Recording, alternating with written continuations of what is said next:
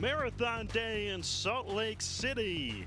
And the University of Utah trying to cross the finish line on a series sweep of BYU. Rivalry Big 12 softball on ESPN+. Good afternoon and glad you could make it. Laurel Simmons, Ethan Jordan with you here. Kelsey Hart running our show behind the scenes. The Utes all smiles after the win yesterday, and they have won the first two in this series. Game one saw BYU go ahead early, but some mistakes late for the Cougars, and Utah able to walk off the first game of the series. Utah was able to take the momentum from that first game and really capitalize in the second game. Scoring 9 runs, the Bats were definitely alive.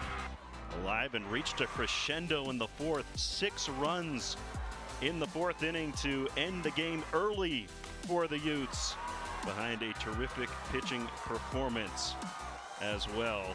Haley Mastretti able to toss a shutout in short action, and the Utes leading this series 12 runs to 2 games to nothing. Everything turning up red right now. You see Shelby Jones had a fine outing back on Thursday, ready to do it again here on this Saturday. Right-hander out with an injury for 8 days, back at it. And Haley Schuler also pitched on Thursday. She had one of her best performances of the year, looking to do it again here in the finale. Lineups, first pitch coming your way next from Salt Lake City.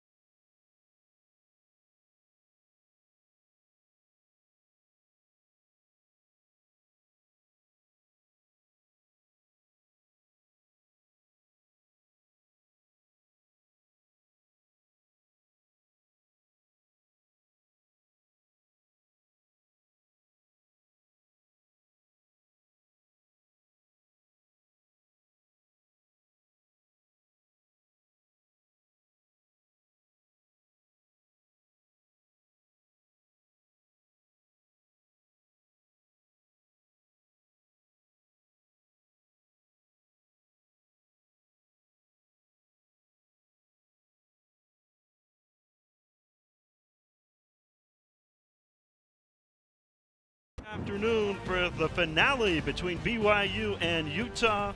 Cougars lineup looks like this. Danica Acosta, Lily Owens, Haley Schuler, Ilovea Brittingham, Matta Udall-Woolley, Bree Townsend, Rita Tavita, the new addition, Tristan Turlington, and Lexi Bennett, the 9 for the Cougars. They try and salvage a game in this series, and they'll have to do it against Shelby Jones. All she did was throw 7 innings of 2-run ball in game 1 of this series and pick up the W, going for win number 2 on her weekend here in the finale. And Jones, the numbers terrific throughout the year, missed about 8 days between starts coming into the game on Thursday, back ready to go, healthy, And misses low with ball one, and the finale, BYU and Utah. This now Big 12 rivalry is underway. That was a scary 8 days for Utah fans and the team, but I think Jones will have her groove in now, getting a game behind her, and just low on that off-speed pitch leading off. This is outside for ball two to Danica Acosta, leading off the ball game. She was one of the few Cougars who had success against Jones on Thursday. Went 3 for 4 with a run scored off the top of the lineup. Quickly in a 3-0 count. That's what the Cougars need is to set the table early.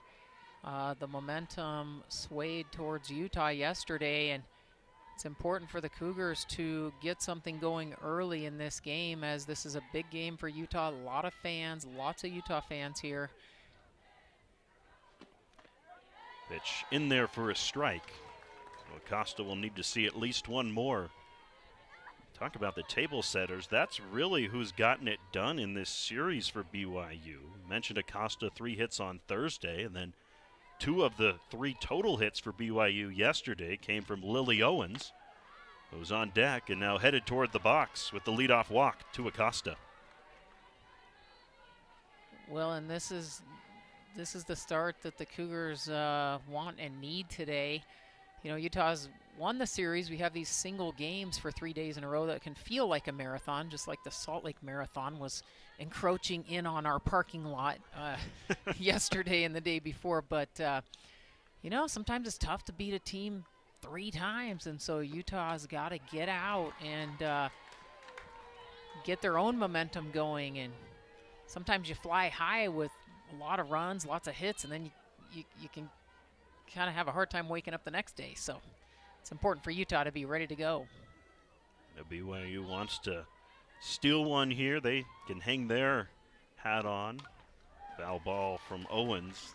They can hang their hat on the fact that they got the sweep down in Provo last year and would rather not have Utah return the favor here in Salt Lake. The way the Big 12's been going too, everybody's been kind of beating each other up, and so these games at the end of the season matter quite a bit to everyone and their position in the conference.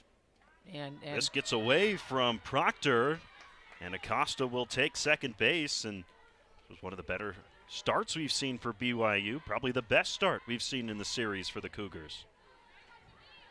Lots of wheels there at 2 with Acosta, and again, this large field that I'm constantly talking about, that's where you've got to watch out anything into that outfield, which is...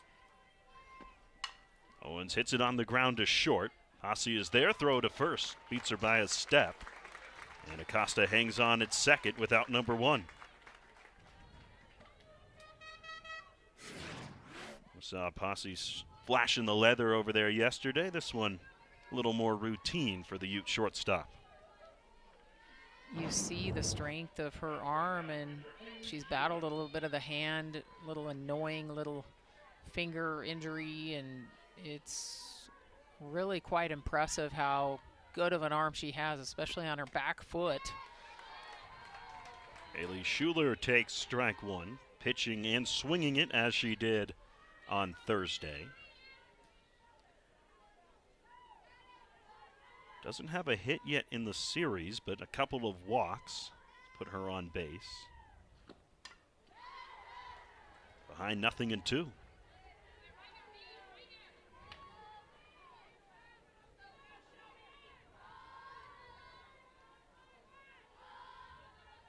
Costa led off this game with a walk, standing out at second.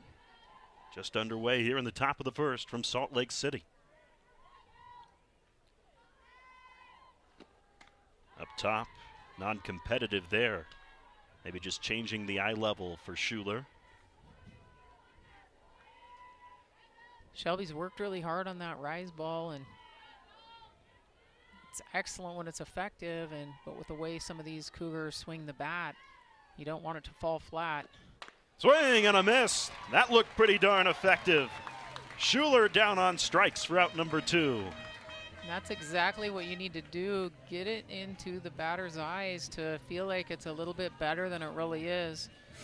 You get in a position as a hitter where it seems so good and it's just right out of where you're swinging. Just that slight concentration there on the swing.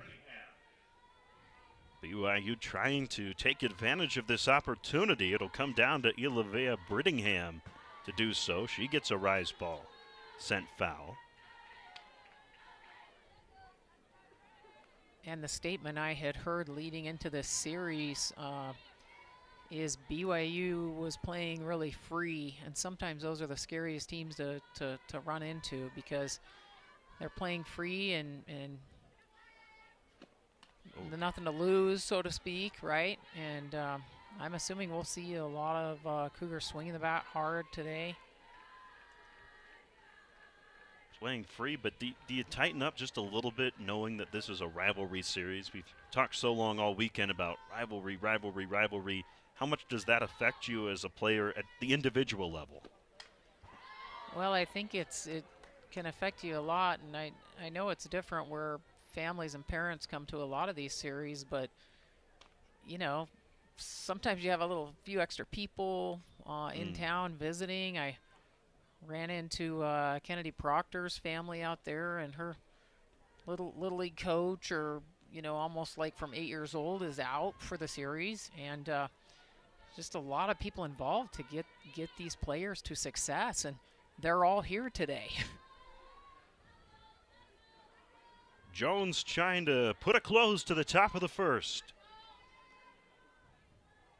On a 1-2, way up top. It's 2 balls and 2 strikes. Well, BYU playing free. They're 6-14 in the Big 12 now coming into this contest, 17-30 overall.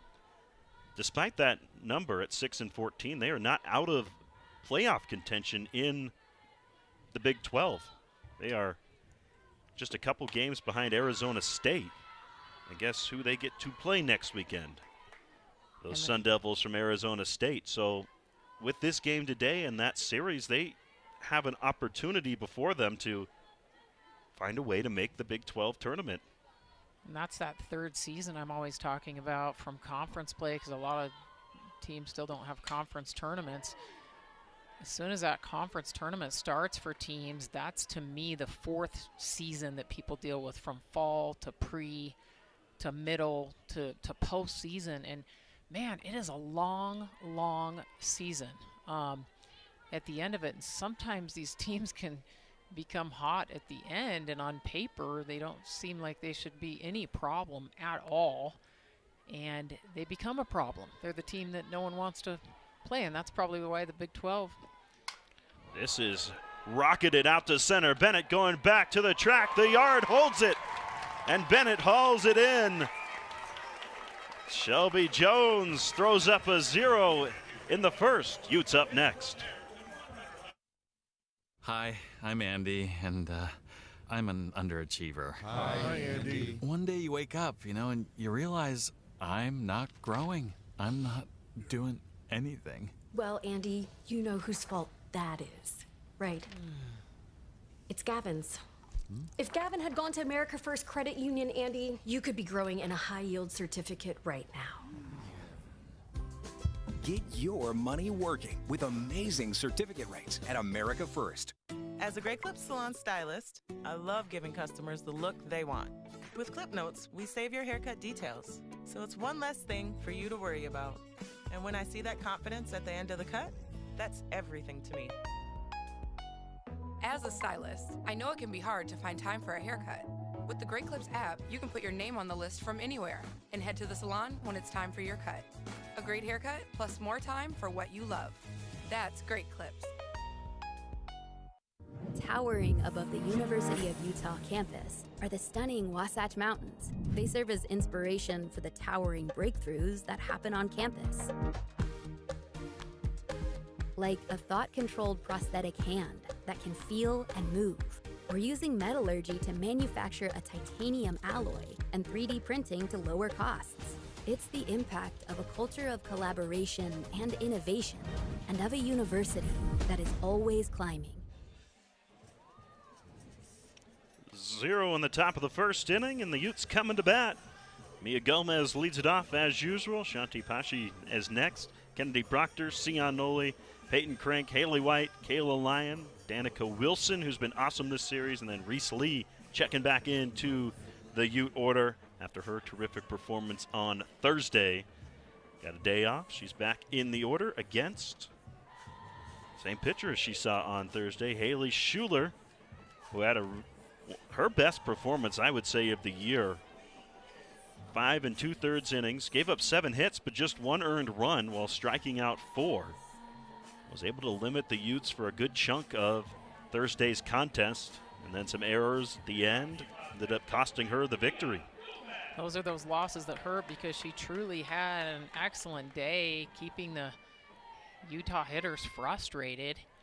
And to see the series of events at the end, you couldn't have made those up. It was just very strange with the obstruction and a couple of errors. It just, and right at the end, it was just sort of a back and forth game up to that point. To no one's great surprise, Mia Gomez has been awesome in this series. And on her hands, flared out for Udall Woolley, and out number 1. Well, something that's been difficult this weekend, achieved there by Schuler, getting Mia Gomez out. Yes, the first few times it seems like she just was seeing the ball so well and just easily hitting the gaps. So that's a big out for Schuler. Shanti Pashi is seeing the ball really well right now. She was 3 for 3 yesterday, scored a couple of the Ute runs. Doing it on both sides of the ball. See there, a couple doubles here in the series.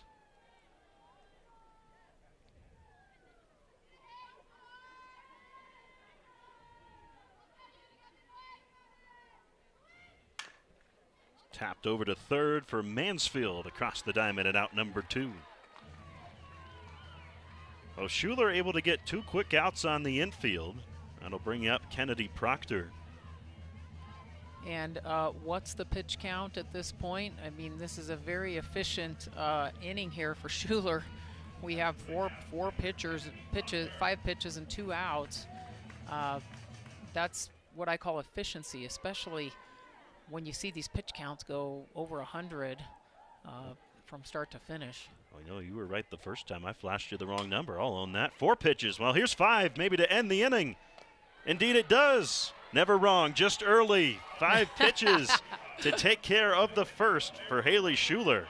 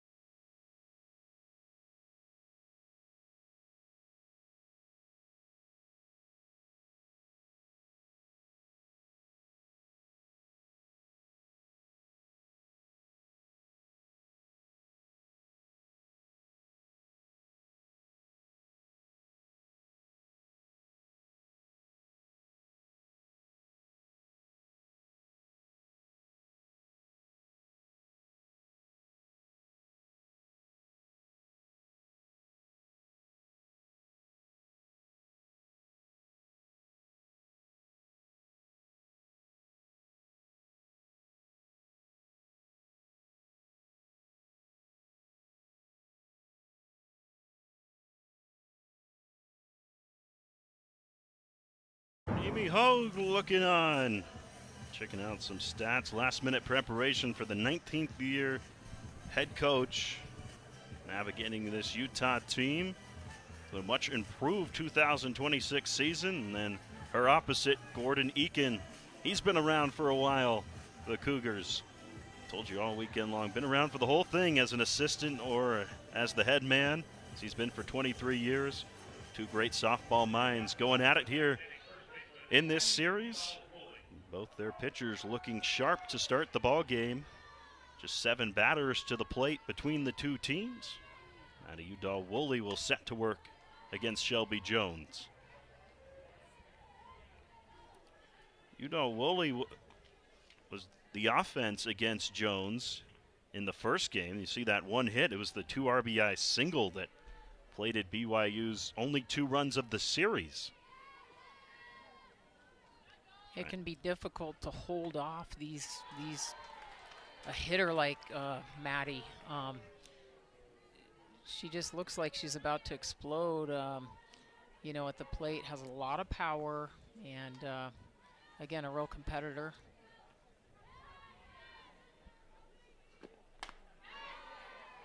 Check down at first, no swing. It's a ball and 2 strikes on the Cougar first baseman. Senior out of Phoenix, Arizona. Having a great April. Trying to translate that to even more production here in this series. And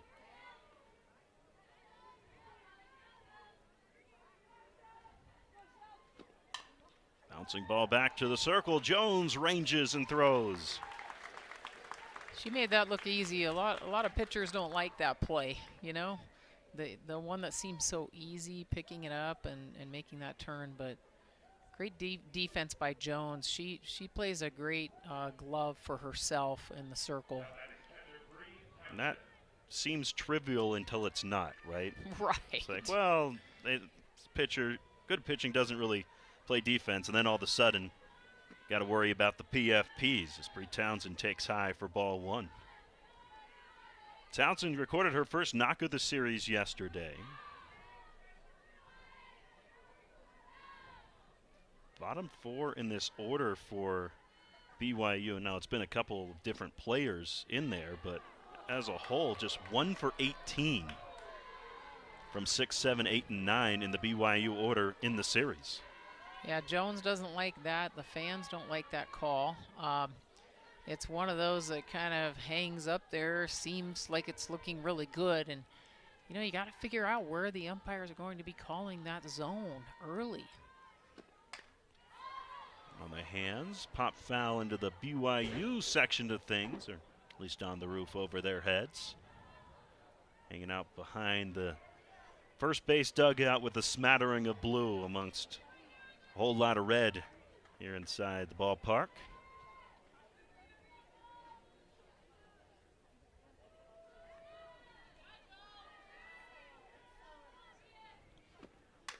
Townsend sends a breaking ball down the right side, drops just foul. And I think that was that same pitch that didn't work out before, that you can see the spin on that ball, how it comes off the bat just with the, you know, the days that I played right field, you don't want to see that spin, you know. You think you have it, you dive it out, and it kind of spins out of your glove.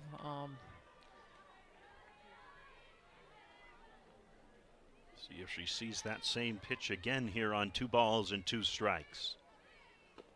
Nope. In the dirt, and the count full.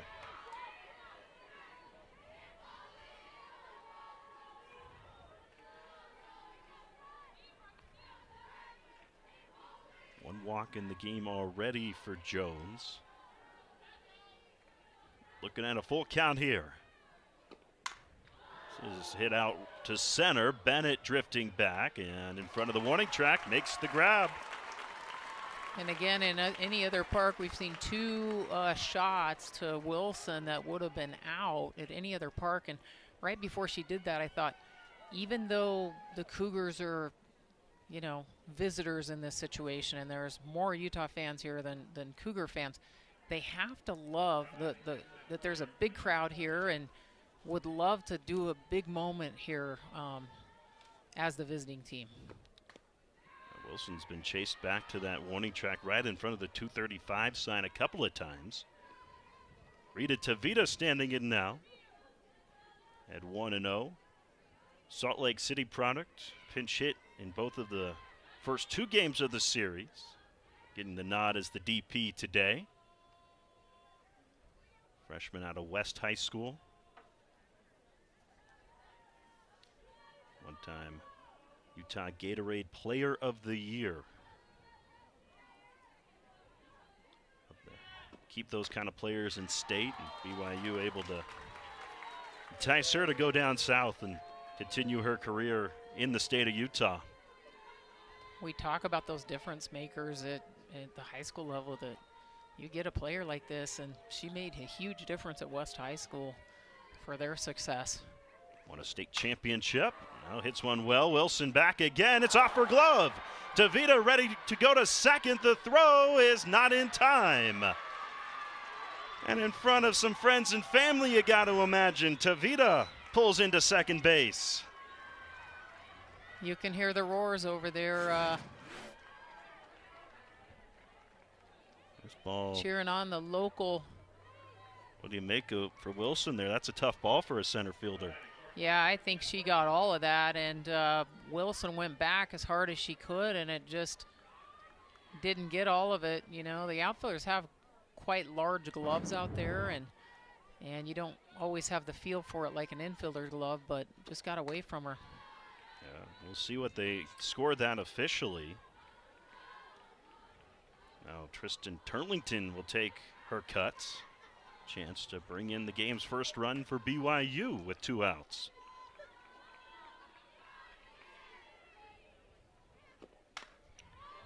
This is in the air. A little easier this time for Wilson. She's been busy out in center. Retires the side, says, phew, as she heads on back to the dugout in a scoreless game.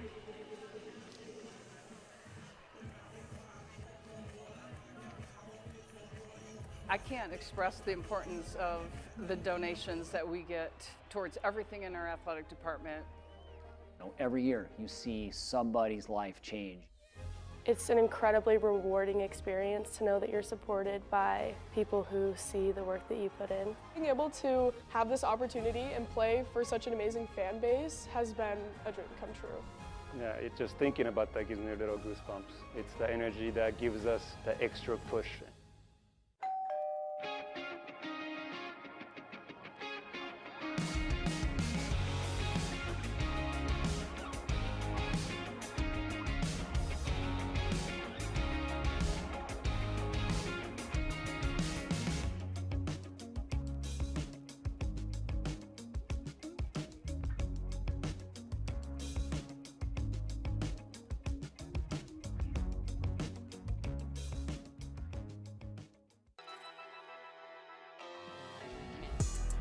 Calvis, throw it way out. Bring in a run, we got a double. Big conference. You call it at the third. Great defensive. Jockey in the second. Making 12 up. That base runner.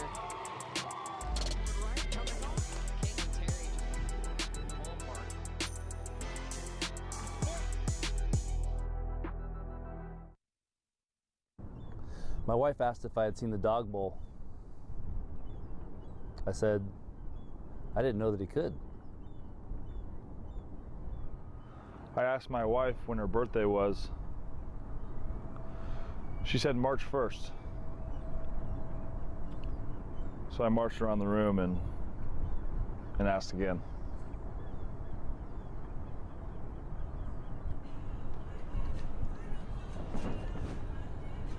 Hey, Laurel, what makes a dad joke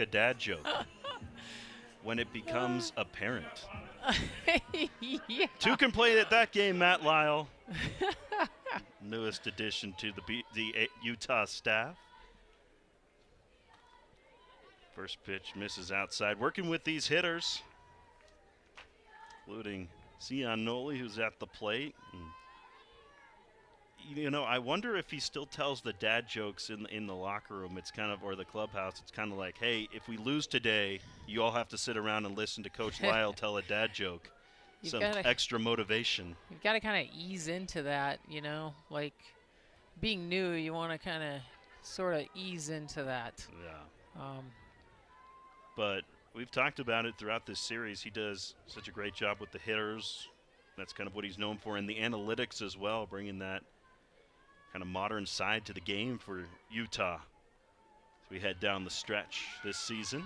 I know the word analytics has been in the vocabulary for many, many years, but I don't know that I've ever heard that word more than in the last 2-3 years, whether it's football, you know, or basketball. You know, the analytics show that we should go for the first down here. Analytics show this person should be hitting in this position.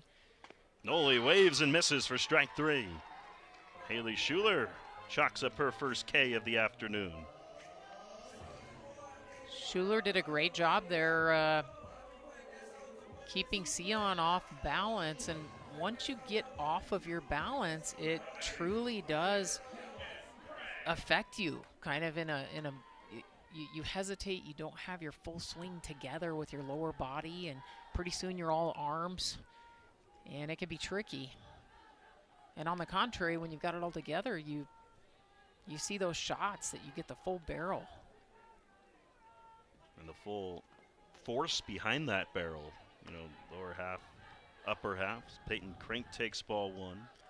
I learned about that force because at our 50th reunion, they let us take a little BP, and I felt like, I didn't know if they were throwing me mush balls or if I'm truly that weak, but they weren't going very far. Line drive to center, hauled in by Bennett. Hard hit ball for Peyton Krink. So you're telling me the golf swing doesn't keep you up to date with the softball swing? No, I literally thought I was hitting like mush balls is how it felt to me. And then I said, is there something wrong with the bat here? Is there something wrong with this ball? Can someone please get me some equipment? And then some of the players walked in with my equipment, and they're ripping them out of this long field. I thought, okay, I need to accept it. Haley White, third to the plate. Wonder if she can still rip one. Amy Hogue, what's the intel there? Well, she's never retired, so you know she's the fungos and everything keeps you. Yeah, she could be keeps you young. Practicing behind everybody's back. Look at the facility she can sneak into. Late night hitting session, yeah. Driving along Wasatch Drive, and the lights are on. I didn't know they had practice tonight. Hey, Coach Hogue has always been a huge competitor, you know, starting in her summer days in Alta High School. And Alta's actually the team of the day today. There you go. That meets the team and everything down in Sandy, Utah. Former alma mater of Coach Hogue.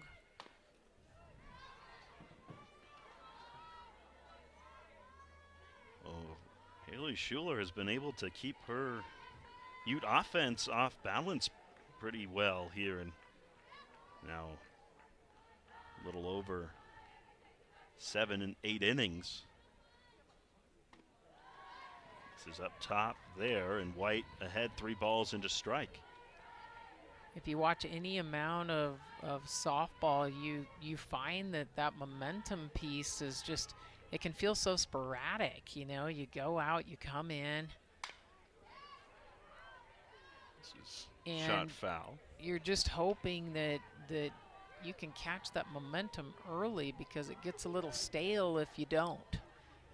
And Utah's got a strike here soon, you know, and not get into a repeat of the Thursday game if they want to finish this off. Schuler able to hold the Utes scoreless until the 5th, and it took some defensive miscues in the 6th and then 7th to tie the game and put Utah ahead. Payoff pitch low and in to White. Well, the Utes will get a 2-out base runner, their first of the day. Utah is no stranger to 2-out rallies, and you know, whenever they go on a tear, you think this would have been so much easier for Utah had they not waited for 2 outs, but they are not a stranger to the situation. A team that sometimes Coach Hogue says feels like they need their back against the wall. They find ways to do that, whether it's 2 outs or being down in the late innings. Kayla Lyon at the plate takes ball 1. Getting the starting nod after a pinch hit single and an RBI yesterday. Lyon plays a great corner over there, the hot corner at third, and also catcher. She has played that role a time or two this year. Third base duties for the senior from Corona today. Throw down to second, and White able to swipe second and put herself in scoring position with 2 outs. The strategy there is, hey, let's get that runner moved over. That's by design, the missed hit there, and if it doesn't work out and White gets thrown out at second, we start off with Kayla Lyon in the next inning, and that's not the worst thing. Lyon out to right. Brittingham's got a beat. Reaches up and makes the catch to retire the side. Haley Schuler looking comfy again. No score after 2.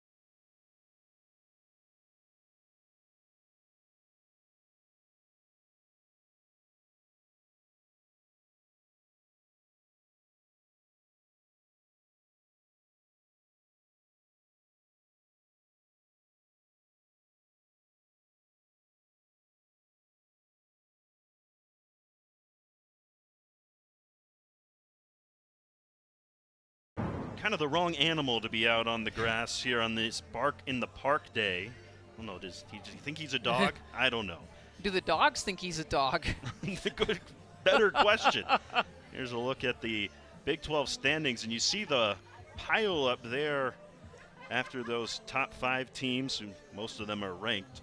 You get Baylor, Utah, Arizona State, Iowa State, even BYU all kind of jammed together, and Utah with a loss for ASU last night, and Iowa State as well. They are up to 7th now in the Big 12. Lexi Bennett standing in, jabs at it, and misses for strike 1. I know any team could say this, but there are a couple there on Utah that you could see that kind of got away, and I think most teams can say that man, these 3-game series, sometimes there's a game in there that could just go either way, or multiple games that could go either way. Well, that's kind of the feeling with this game, right? You've won the series, but this extra win would go a long way for, well, both teams, but for Utah. Guess who Baylor gets to play tonight? Texas Tech. So if they are unable to upset Red Raiders and Utah wins, they are ahead of Baylor and will push themselves to 6th. This one will find the seats.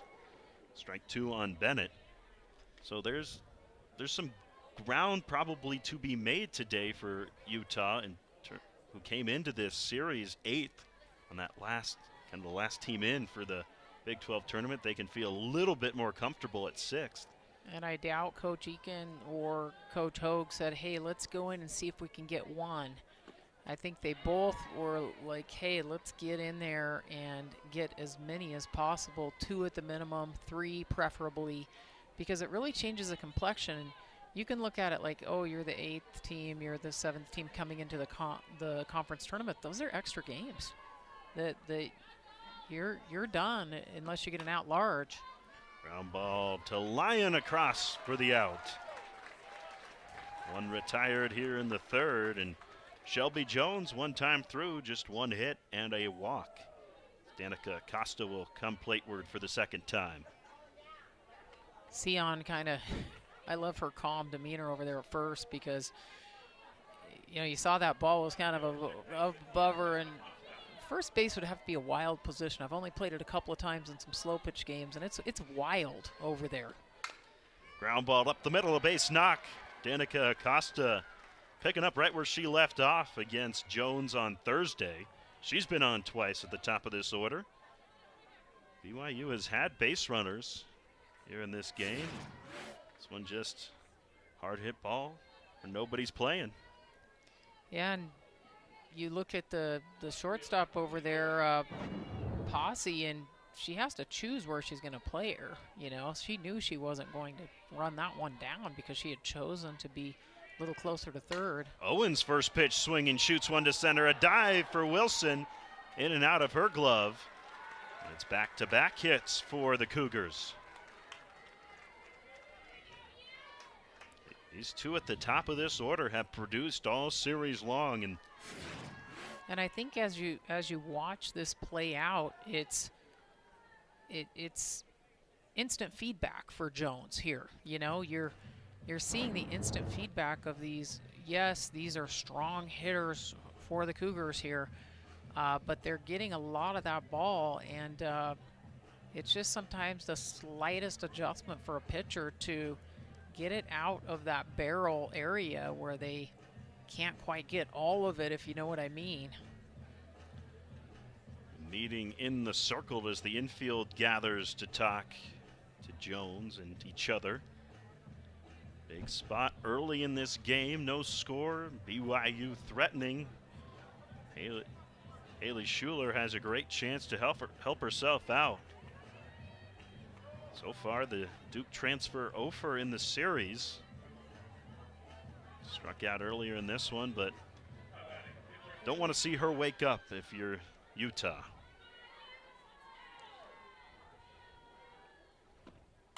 Breaking ball, a check swing roller for Noli. Steps on the bag for one. Throw to second, not in time for the extra out. But one pitch. What a heads-up play there by Noli, and you think about that dangerous throw over there to two. I mean, she's picking it up quick. You've got to tag at two.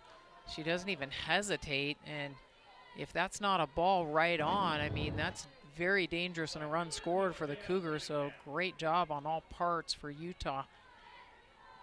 Now Brittingham finds herself up again with a runner in scoring position and 2 outs. This time she serves it over the head of Wilson. Off the wall for 1 run. 2 will come home to score. Ilavea Brittingham comes through in a big way. Her second double of the series puts the Cougars on top. We're seeing those free batting swings, putting the full swing together and getting all of it. Wilson has to choose where to play, and she's been a little bit up where she can't run that one down, and excellent job getting all of it there. Well, here comes acting pitching coach Amy Hogue, who has taken over duties as the pitching coach for Utah in recent weeks, and she's going to the bullpen. Oh, Shelby Jones chased from the game with the double from Brittingham. Pitching change coming up here in Salt Lake City.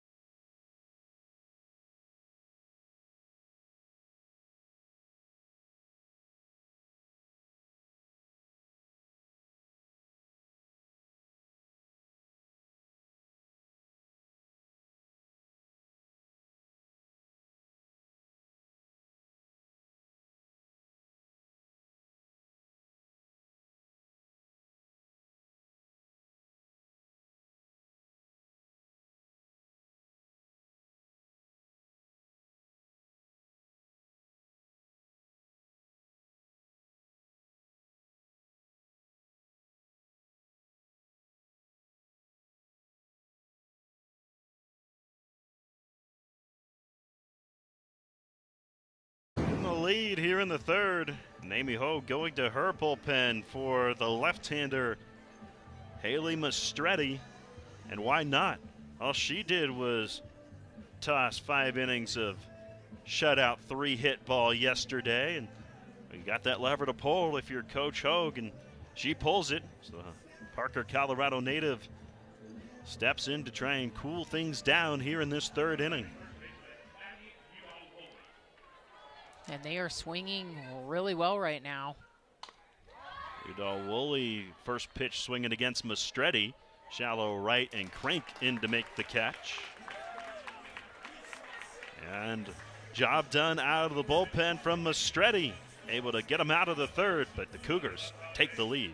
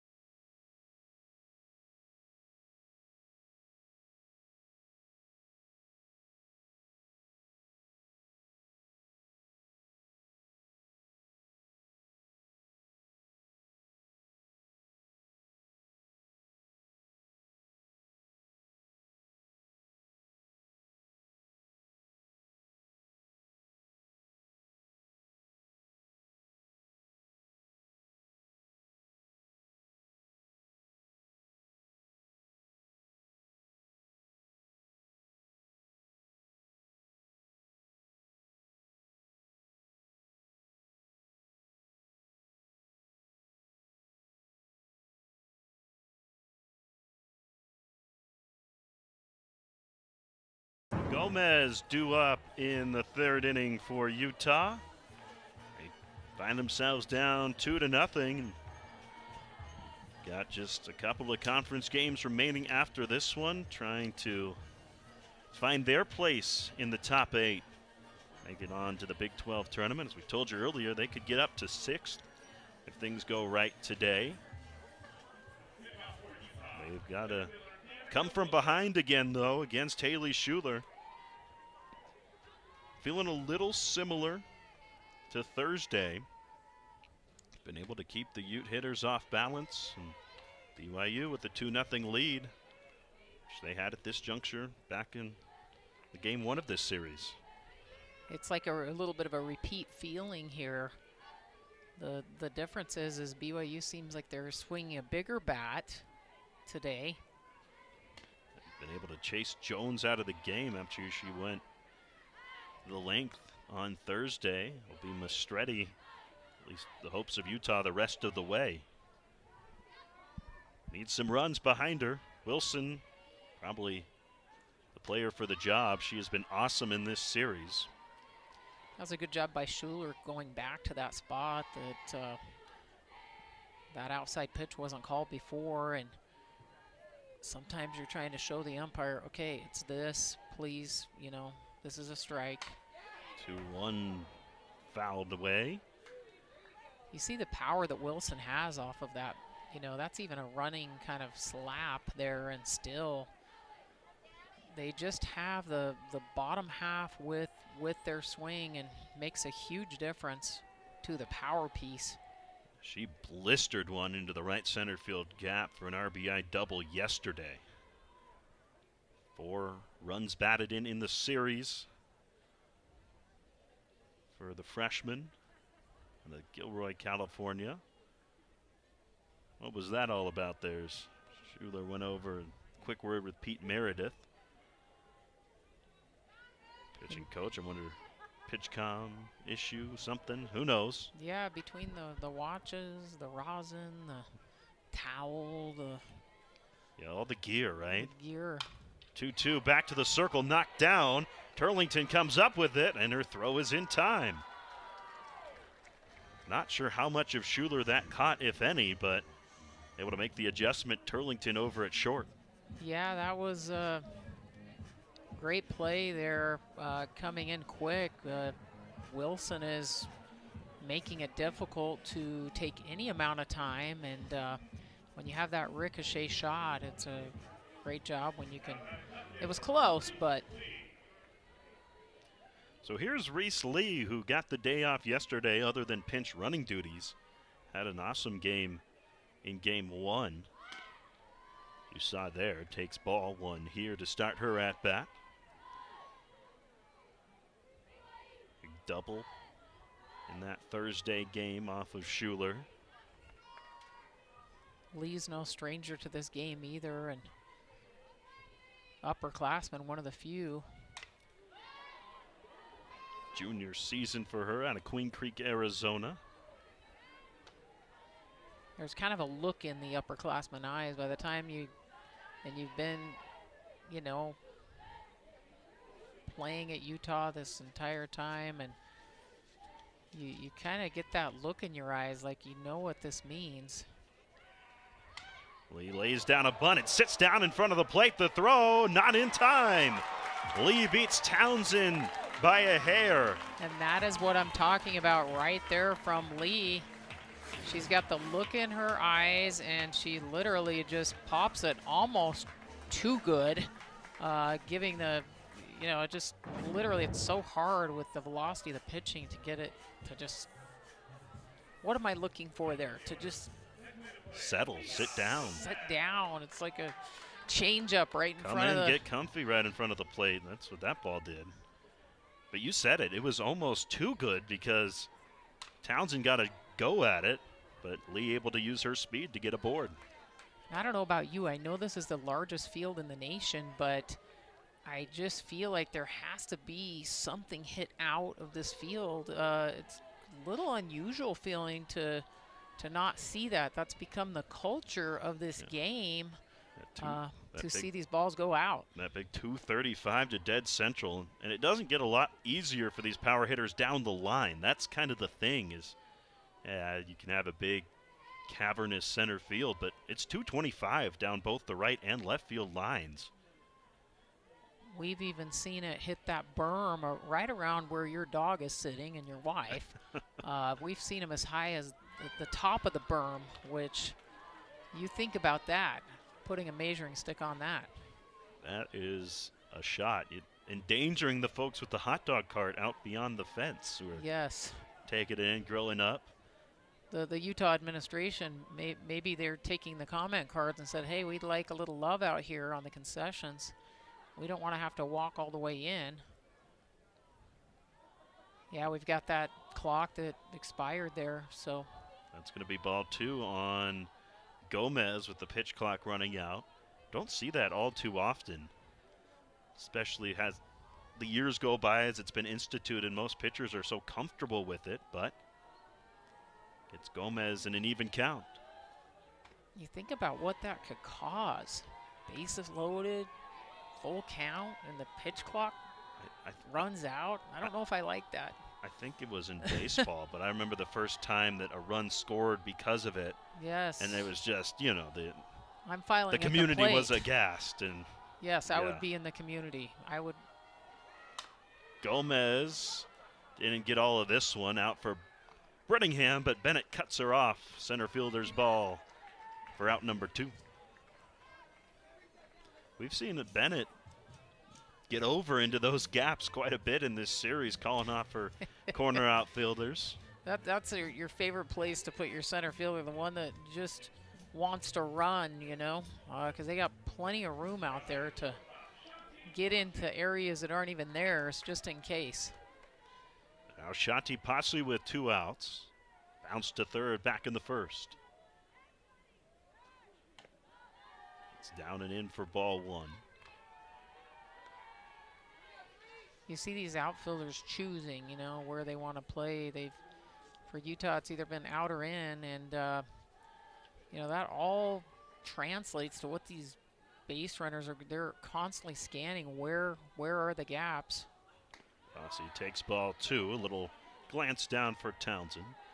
Yeah, Posse, I guess she just likes hitting against BYU. I mean, she just hits in general, but she had that big game yesterday. Last year in this series, she had a 3-hit, 4 RBI game with a 3-run homer. So maybe this is where you could see some of your pop that you're looking for coming from Laurel. Yes. There goes Lee. She had faked it a couple of times, and the third time's the charm. Into second base safely, and the Utes threaten here with 2 outs. Early in the game, you know, you'll see this aggressiveness, and well, the Utes don't run a lot. They steal the least out of all the Big 12 teams, but putting the game in motion there with Lee. Reese's first stolen bag of the year.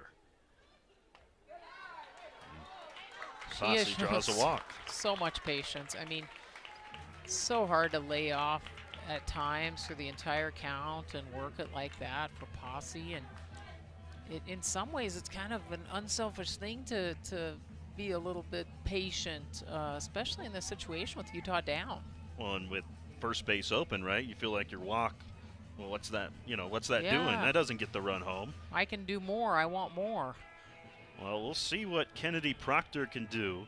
She's had a bit of a frustrating series. I'd love to break out here. Get the Utes back. It can come and go just like that in this game, as you know.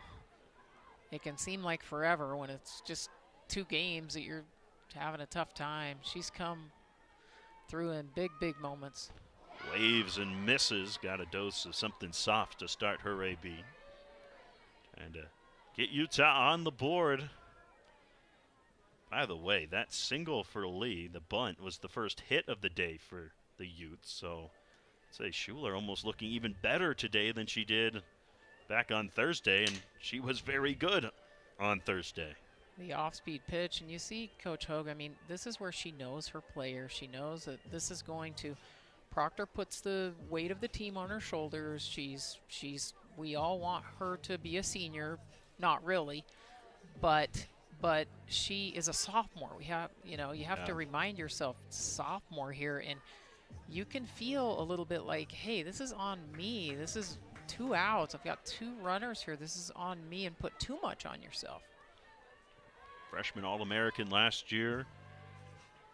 Does feel that way, though, doesn't it?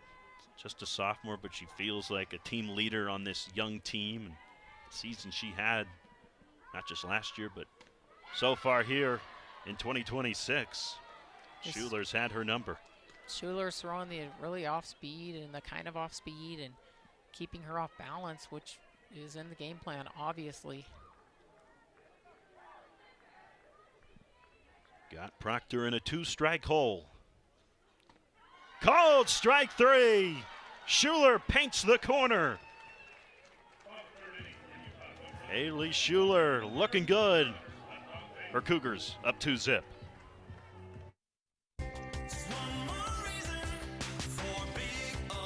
Big O Tires has more than 460 locations nationwide. Chances are there's a location near you, owned by someone in your neighborhood. We offer a wide range of diagnostic, repair, and routine maintenance services, backed by one of the best national service warranties, because everyone in our community deserves legendary care.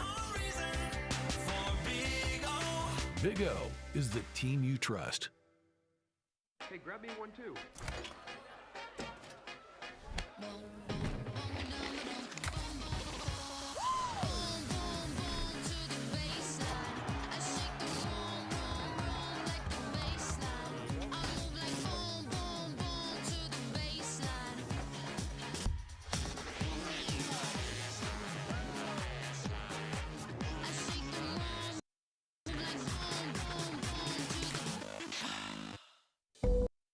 Everything we do at BYU begins and ends with our students in mind.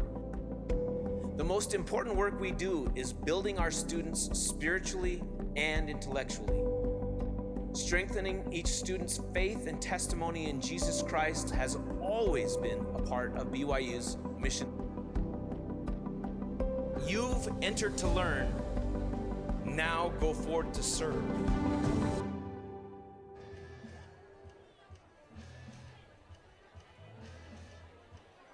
The Cougars of BYU on top 2-0. We head on to the fourth.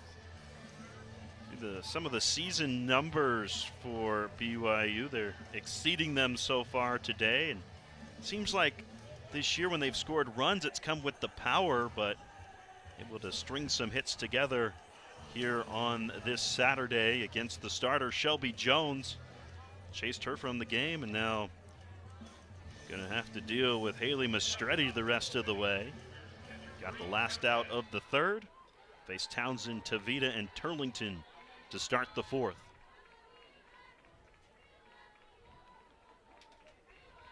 Townsend had one of the 3 hits against Mastretti yesterday. She only surrendered hits to Townsend and Owens out of the whole starting 9.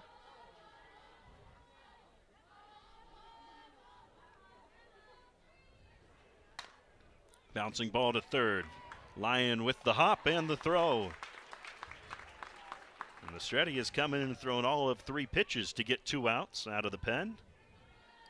She has become very efficient, and especially for the big ball game that we're in here, being a down ball pitcher, you know, they've got to adjust. And you talk about golf, you know, you've got to really change your swing when that ball's coming down all the time. Tavita takes a high strike. She doubled off of Jones back in the second. Yeah, that's what makes this so interesting. These two have both pitched in this series, but they're such different pitchers, not just because they throw from the left and right side, but the rise ball from Jones and then the drop ball from Mastretti, changing the look.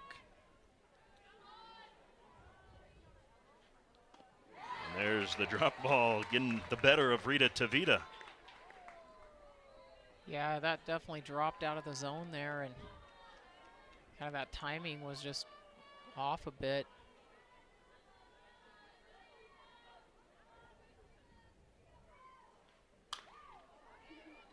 Foul. And again, I know we're becoming desensitized to freshmen making a difference in this game right now, but I can't emphasize enough what a jump it is to get into the collegiate level and to be coming on the field as a freshman making a difference. Both teams, the freshmen. And for Utah, the freshmen, we've talked at length about how effective and how good they've been, but for Tavita, she's got a lot of upperclassmen in front of her. It wasn't a sure thing that she would crack into playing time, right? I mean, you got to see a bunch of juniors and seniors, and they've been around, but she has managed to find her way into the starting lineup quite a bit this season. Called strike 3 right on the black for Mastretti. Her first K of the afternoon. And in olden times when you would just go to a school and, yeah, she just got her right on that inside corner. Really excellent job dropping off, but in olden times of staying on the same team the whole time, right? I'd always be looking over my shoulder on who were the freshmen coming in, hoping they weren't going to beat me out, you know? Well, Utah fans wanted a call there on that first pitch to Turlington. Gripe saying, well, that's the one you just punched out Tavita on, but just a touch more inside. So says Matt Jacks, our home plate umpire. And again, we're still in that middle of the game that you're trying to figure out what that blue is going to give you. Well, and for Mastretti, forget the middle of the game. It's at that number 4 for her, and just a little different watching from the dugout or from the bullpen and actually being in the circle, seeing where these pitches are called, I'm sure. I'm always fascinated when the entire audience, though, reacts to a certain pitch. It's not always because the pitcher's reacting, because Mastretti is very low-key and calm, at least on the outside. And it's not like she's making too many motions of, hey, you missed it or what have you, but it's when the whole fan group, even the fans that aren't even near the home base, you know. That's where you just got to shake your head as an umpire. You know, you're 300 feet over there at an angle. Yeah, exactly. Come on now. Exactly.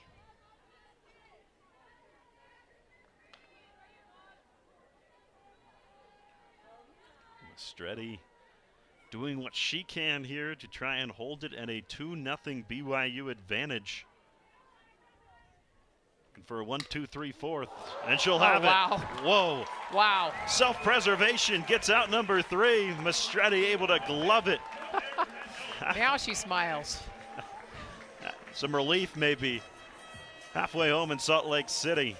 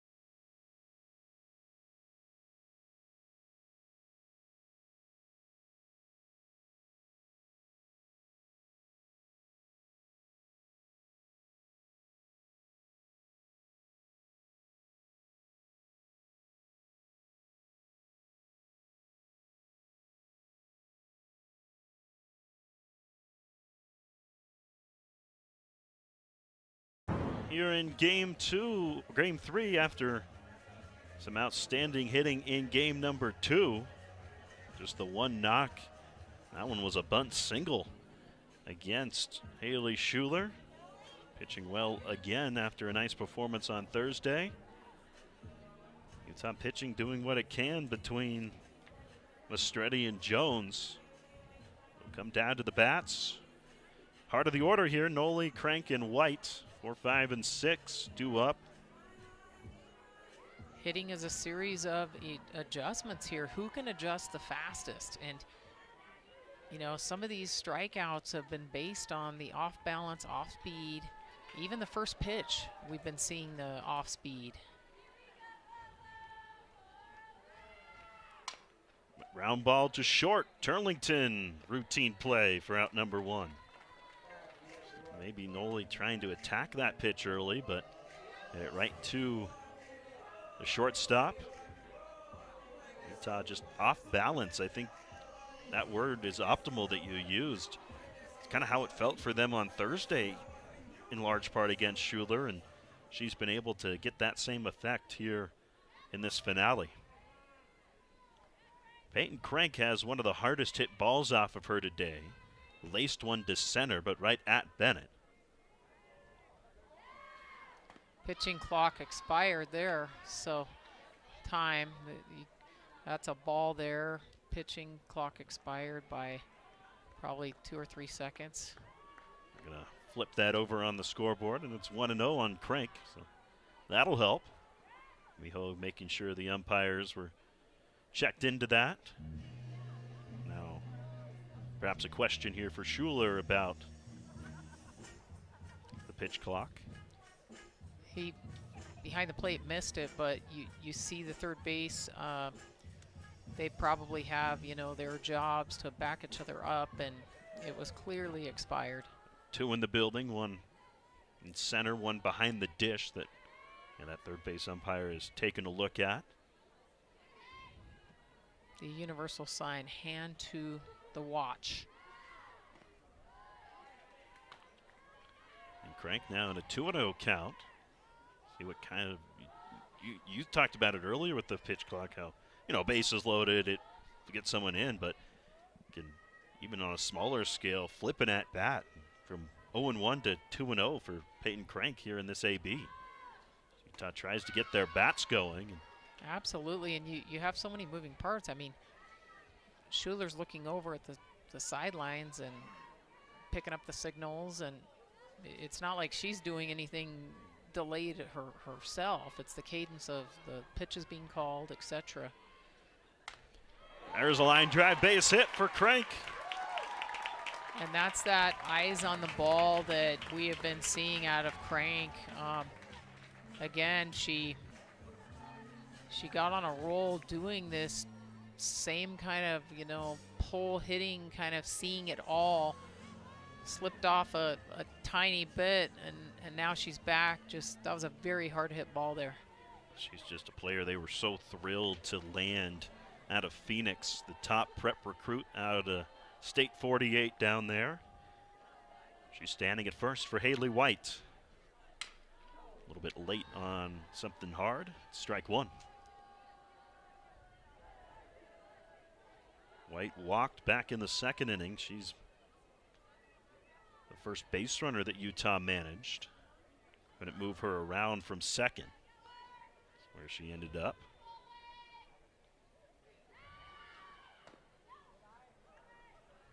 A little bit of distance there for Crank as she's dancing a little bit over at first base. Utah does not run a ton, but the way the bats have kind of cooled here in this game, you wonder if Amy Hogue is more likely to put the game in motion, try and manufacture something. That's another term that you used to use a lot more. Let's manufacture a run. So many scores were so low, and this is reminiscent of an old-time game here. We've got 2-0, bottom of the fourth, and you just don't see that anymore. And really not something I think we expected to see in this series. But seen two really low-scoring games. In some ways, game 2 yesterday, though the Utes ended up with 9 runs, was kind of in that vein. Hasn't been exactly a shootout. Pitching and defense have taken center stage. White stays alive. That's that great off speed that then getting it out of the zone where it's just you're not going to do anything with it. And that's really the kind of pitch you want to have in your arsenal, because being able to, you know, get the hitter to go for it and it's not going to do anything. White bounces this to short, could be 2. There's 1. Throw to first. Never was going to be in time as White motors down to prevent the second out. It's hit pretty hard, but White using her speed. Still that drop ball coming out, you know, down. It looked good to Haley, but didn't quite get all of it there, but feeling like she needed to swing at it.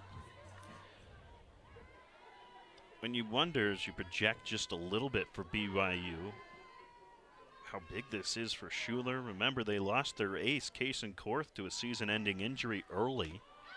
And their pitching staff just hasn't been the same. I mean, they are last amongst Power 4 teams coming into this series in earned run average. So they've just been looking for somebody to take that spot, and Schuler has looked every bit of an ace here, at least in this series. All-around athlete, two-way player. There's that drop ball in for strike 2. Kayla Lyon, who flew out back in the second. Utah has had base runners in now 3 innings, just haven't been able to make much happen against Schuler.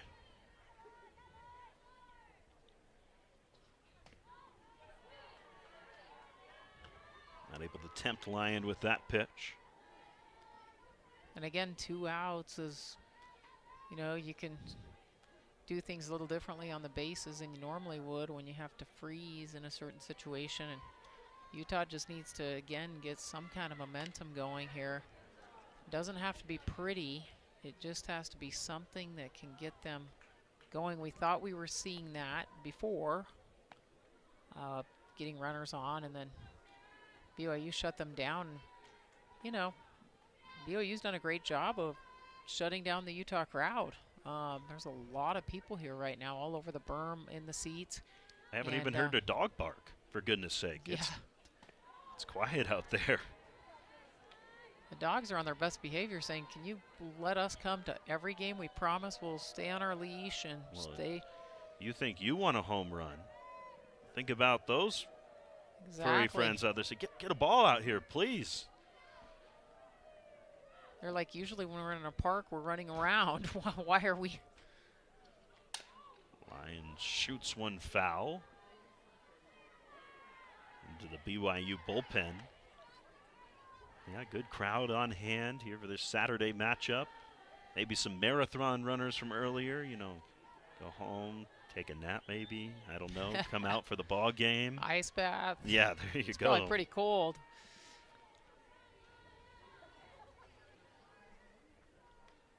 Another 2-2 for Lyon. This is to left. Owens in her tracks makes the catch. And another 0 tossed up by Haley Schuler. BYU leads it by 2 after 4. When you need inspiration, it's worth shopping Smith's. For thousands of appetizing ingredients that inspire countless mouth-watering meals. And low prices that add up to big savings, like over $600 in digital coupons each week, and up to $1 off per gallon at the pump. So you can get big flavors and big savings. Smith's, fresh for everyone.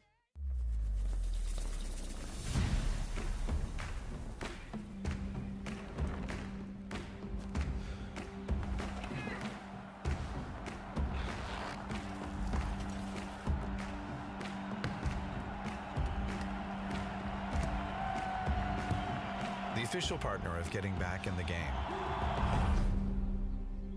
Whatever that looks like for you.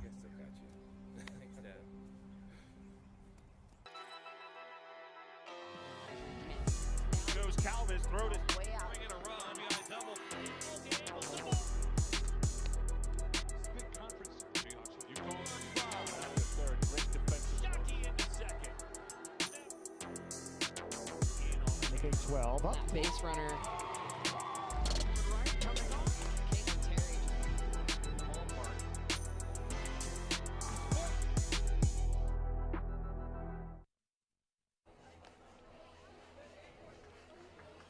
Haley Mistretti got out of the fourth with that snag right there, and she continues to shine in the circle in this series. Came in the third, got the last out of that inning, and then 1-2-3 in the fourth after her shutout yesterday. And there you go, her 6th shutout of the season, the most by a Utah pitcher, passing Brianna Gordon, who did it back in 2004 with 5 of them.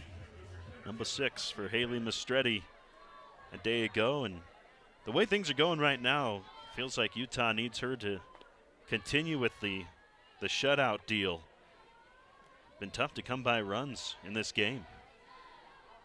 Very difficult for Utah to make those adjustments and the timely hitting they've needed. Again, base runner stranded. Stranded a few back on Thursday against Schuler, but haven't had that many here in this game. Just 2 hits, a couple of walks. This is Lexi Bennett at the dish. 9-1 and 2 due up for BYU as they look to add on to this 2-0 lead.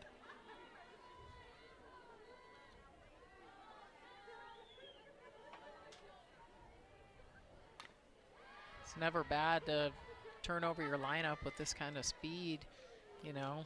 Well, here's your prototypical kind of secondary leadoff hitter, right? Absolutely. Getting on base a bunch, good speed at the 9 hole, and trying to get on ahead of the top. Slashed the bunt a few times, slaps it over to first. Noli knocks it down and lays on the tag. Full gainer for Bennett, make sure she's all right back behind first. Yeah, Noli just made a great play there, but it probably knocked the wind out of Lexi there. Well, it just kind of hit the base awkwardly as well after the tag and went head over heels, but seems to be all right. Huge for Mastretti to get that out ahead of the top of the order. Danica Costa been on twice. Both of those came against Jones. I think maybe more than anyone, Acosta was upset to see Jones leave the ball game. She's had her number all weekend and was over against Mastretti and remains so. Put out for White. Rather, the assist put out for Noli, 4-3. Out number 2.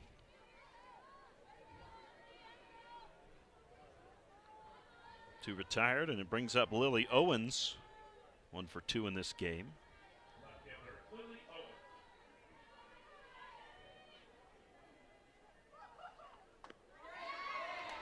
Strike, and you know, Mastretti is setting the tone for where this game needs to go. I mean, you're coming in and you're really shutting down these Cougar hitters that one taking that hard hit ball away from them. She's done a great job keeping them off balance, and you know, Utah's got 9 outs left to you don't have to press when you have 9, but you've got to definitely come in and be smart about what you're doing and have some sense of urgency. If there was a fire alarm over there in the Ute dugout with a little siren on top, I would probably figure out a way to turn that on, because in this situation, if this can't get you really excited, having a full stadium of fans, dogs everywhere, you know, like, I don't know what would get you more excited than that. I mean, playing in front of these aren't the kind of crowds I ever saw in my lifetime of playing, and it's shows how many more. I used to be able to know everyone that was at the games, because we were related to all of them, you know. Sure. Today packed pretty much to the gills. Fans stretched out all the way down the baselines here inside the stadium. Mastretti has given them something to cheer about on one side of the ball. Oh, bad. Owens fooled badly, but an emergency hack to stay alive.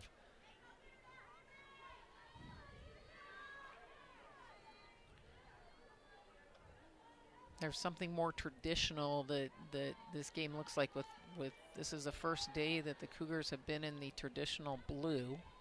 Utah's taken the rally red every game. Line drive down the left field side. That's a fair ball. Owens on her way to second with the double.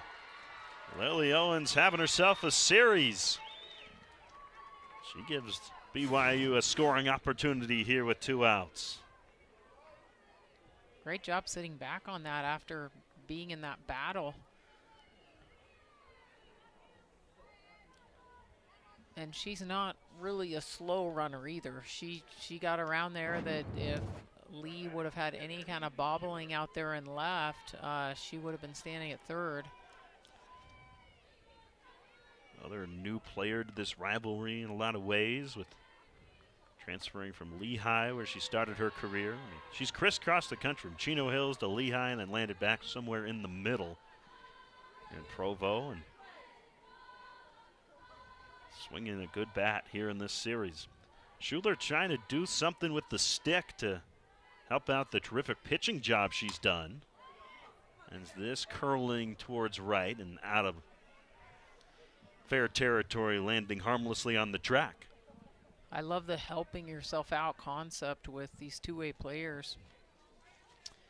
It is kind of a fun thing. I coached a few of those two-way players over the years, and boy, sometimes they'd come in and just do everything. Hit it out. Okay, what else can I do for you? And it's really fun when you get the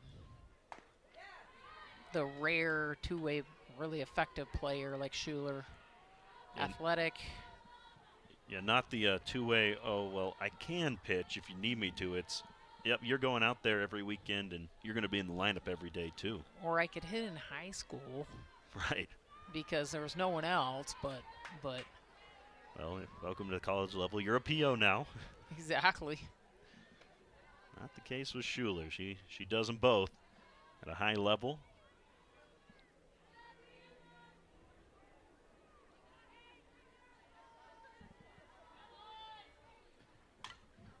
Stays alive. The Cougars have battled here in this inning against Mastretti. It made it easy for her to retire them. And long count for Bennett. He had bat to Acosta a bit shorter, but then Owens finally winning the battle on a full count with the double. Schuler pipes one out to center field. That's going to get over the head of Wilson. And finally, the bat comes alive for Haley Schuler. Better to pitch with a 3-0 lead than a 2-0 lead. She makes it so here in the 5th. Working the count, she sits back and again gets all of it, and just too much for Wilson to run down. You have to choose where you're going to play. Are you going to play out there by the warning track or cut off those that can drop in front of you? And Utah's chosen to be a little bit in there, and they've been able to track down, you know, some of these, but there's just too much velocity on some of these to run them down. It's impossible. Now Amy Hogue will head out to the circle. Already made the move to get Mastretti from her pen. Seems more a conversation than trying to make a second move that way. I think it's just a momentum timeout of, hey, you've been doing a great job, and let's sit back and relax. Defense is behind you, no problem. We need you. You're one pitch away from getting your defense back in to get some offense going. Third run feels huge right now for the Cougars. The one they couldn't add on Thursday, they do here today.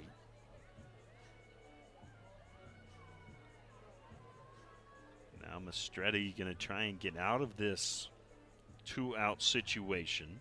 Was able to get a couple ground balls to start this inning, but back-to-back doubles from Owens and Schuler. Batted on to the BYU lead, and the lady who gave them that lead, Olivia Brittingham, coming back up. RBI double back in the 3rd. Last hitter not to have seen Mastretti in this game. Chased the starter Shelby Jones with that aforementioned double. She's ahead, 2 balls and no strikes to start this AB.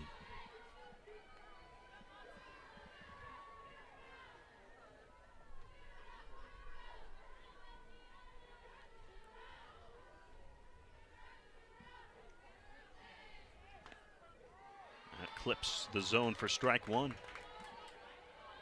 3 runs, 6 hits for BYU, just 2 knocks for the Utes. Cougars trying to salvage a game in this series in enemy territory. 2-0 to 2-2 as Schuler gets ready to go over at second, and Mastretti gets herself back in the count. It's just interesting how momentum can play such a part in these games, and especially the 3rd game's kind of the wild card game. 2-2 line drive to center field. Base hit. Here comes Schuler to the dish. The throw not in time. 3 straight hits with 2 outs, and the Cougars double the lead to 4.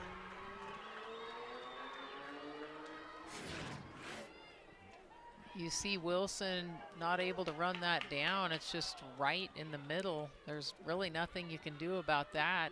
And how about Olivia Brittingham just throwing the hands at the softball and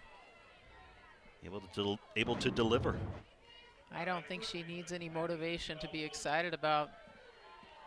I mean, we're not in walking distance to her childhood home, but we're pretty close. Pitch low to Maddie Udall-Woolley. Takes ball 1. BYU coming through with 2 down in the inning. Dangerous hitter at the plate here. These hitters have been able to get ahead here of late against Mastretti. It seems like centimeters or inches between the called strike, and it's just a matter of figuring that out as a pitcher. And Udall-Woolley cranks one into the gap. This one will roll to the wall. Brittingham around. She will score. 4 straight knocks with 2 outs for the Cougars. And the offense has come alive for the away team. Well, and again, when you're the visitor, you see this kind of hitting here, and there's no better silencer to a rivalry game in state. Means so much to both teams than to come out and do those kinds of things. You saw the bobble at the warning track. Those are uncharacteristic of Utah's outfield, and you just can feel the press. And foul ball. But again, statistically, Utah should have all the confidence in the world that this game is not out of their reach. It's a matter of them being able to get that momentum going. And how do you convey that if you're Coach Hogue to a group that they are a lot of freshmen, right? I mean, that's something that a senior has done and felt and understands, but for these young players, maybe that's part of why the feel that there's a little bit of pressing going on right now. Sometimes the experience itself is, I love the statement, when you don't get what you want, experience is what you get, and you know, hindsight's 20/20 and all those things, but this is in the air to left, out to end the inning. Lee makes the grab, but BYU puts 3 more on the board, all with 2 outs, up 5-zip.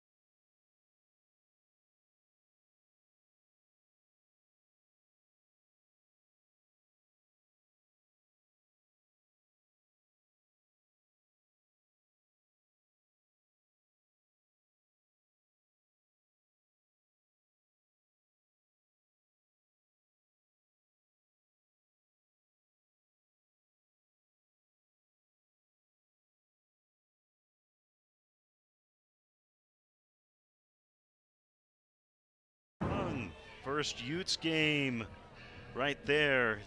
Here in the crowd.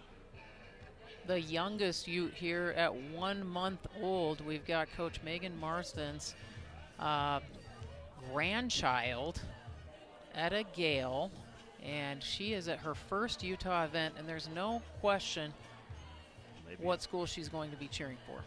No doubt about it. Probably already bleeds red, and well, these 2 young lads out there, maybe their first game as well. Got the balls out there. You know, stay away from the softballs. You got your tennis ball right here. Taking it in here on Bark in the Park Day. Utah in need of some runs. We'd like to score them this inning, you would think. Ground ball foul by Danica Wilson.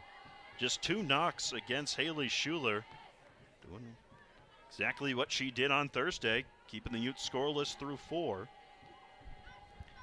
But on that Thursday was just a 2-0 the home team faced, down 5-zip after a 3-1 top of the inning for BYU. Starts with 1, and you couldn't ask for a better batter to be up than the threatening Wilson, who has great speed, great power, can drop a drag. Thought about it there, pulls it back for ball 2. Yeah, base runners, what Utah needs right now, down to their final 9 outs to play with. Schuler hit it sharply up the middle, but deflected by Schuler off the bat of Wilson, who hit it hard up the middle. Takes this pitch high, and in a good hitter's count, 3 balls into strike.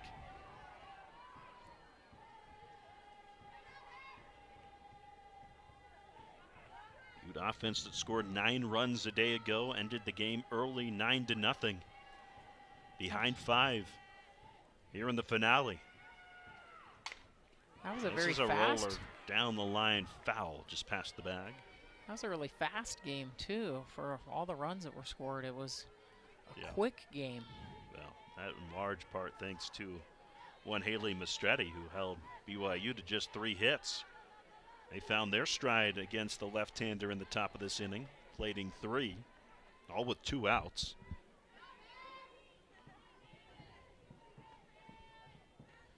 Feel like use the M word here, momentum. From a momentum perspective, you feel like you need at least 1 here in the inning if you're Utah.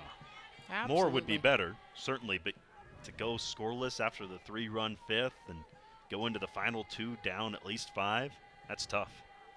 Yeah, really tough. I mean, I've seen Utah score as many as 10 runs in the final innings, but you can't ever count on that for sure. And you just see the lopsided 8 hits for BYU, 2 hits for Utah. And Wilson battling in this at-bat. That is one thing I will say. Here in the last couple of innings, Utah has worked some higher pitch count at-bats. We saw Lyon and White, even though they were out, battle in their at-bats in the 4th, and Wilson starting to do that here in the 5th. Maybe a sign of things to come. And it's a walk for Wilson. Working those counts is, I mean, I'm sure if you look at the statistics, you know, there's some strategies where they want you to go right out and just swing at that first pitch because that's the best you're going to see for sure. But I think in this situation, Utah will be better served to be a little bit more patient. The numbers would tell you that from a less analytical perspective, just the fact that BYU as a pitching staff, they've walked a lot of batters this year. That's part of the reason that they've struggled to prevent runs is the walks. And so just from that slice, it would seem prudent to take a few pitches. On the ground to second. This could be 2. Tag for 1. On to first. Double play. The Utes trying to start a rally. Haley Schuler, Danica Acosta say, I don't think so. Yeah, again, back to that momentum. You think about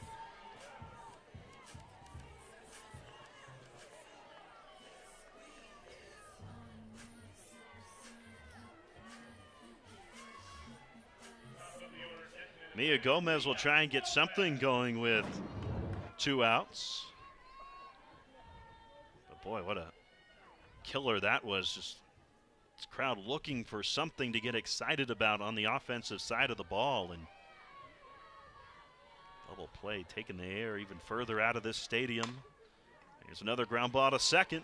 Acosta's got this one. And Schuler sees the minimum in the 5th. Utah down 5-0. Final 2 innings up next.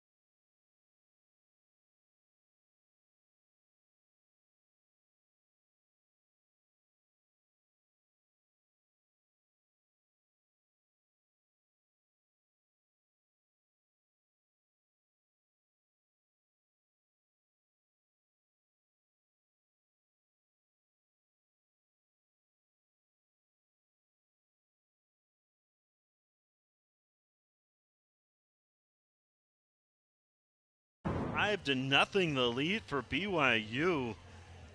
Haley Schuler spinning a gem on a beautiful day here in Salt Lake City.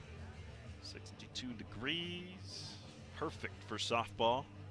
I think perfect for marathon running too. You want a little cold in the morning, I think, and perfect for there you go. Some lads right there. There's you know Rover. Those people? Yeah, there's Rover taking it in. That's the name of the dog, Rover. Oh yeah. And how about your wife there? That's Ashley. Yeah. Well, we know who the star of the show is. Ground ball cut off and the play made. Well done to get to that ball by Lyon for out number 1.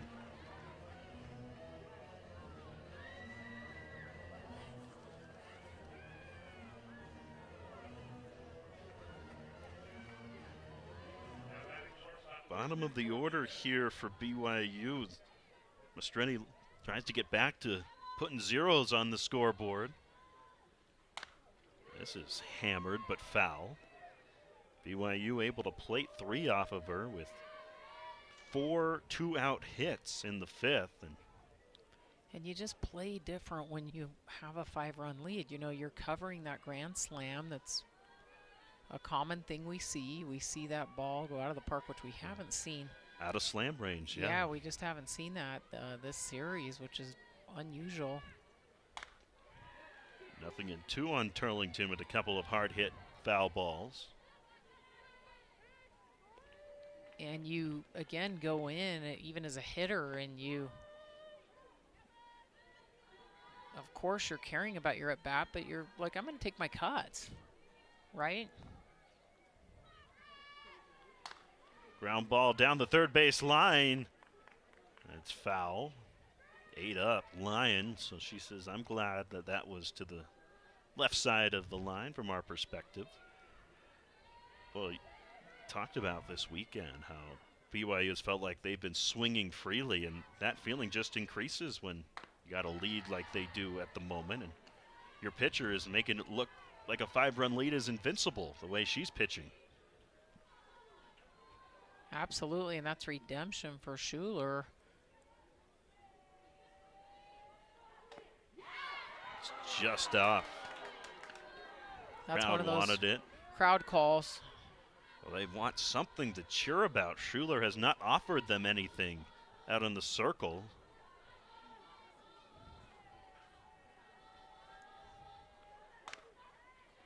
Another ball pulled foul by Turlington.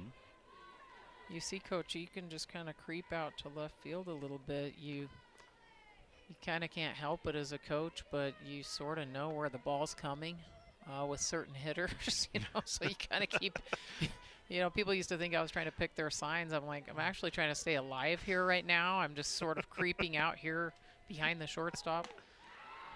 And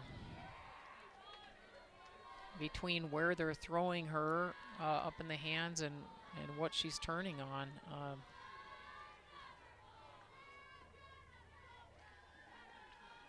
Worked the count full. Keeps it alive off the very end of the bat. I mean, when I say the end, I think it might have hit the bat on the opposite of the knob. I love that off-speed call in that situation because she's got such a great rhythm going, and then you throw her off. The end of the bat again. Mastreti unable to make the play. It's off the glove of Noli. Going to second is Turlington, and she will get there. And that was absolutely a left-handed situation there where there's really nothing that Mastreti can do in that situation. She just is a lefty. That's where it's harder for that to pay off because your back's to it and you have to turn all the way around instead of just coming up to it as a righty. And different situation you know, or advantages for different hands. There's not like it's one better than the other. It's just that situation is a hard one to really get out of your glove quick. Yeah, it's one of those where, you know, you get a little bit of the love as a left-handed pitcher. Will play to third, but play to first down the line is so tricky. Yeah, you're spinning around on that, and especially that's why you see those corners crash, and a lot of the situations wanted to keep the pitcher out of it. But in that situation, there was really no one better than for her to just react to. Did not go, Lexi Bennett. Count 1-2. BYU with trying to take advantage of the misfortune here for Utah. Add on to this 5-0 lead.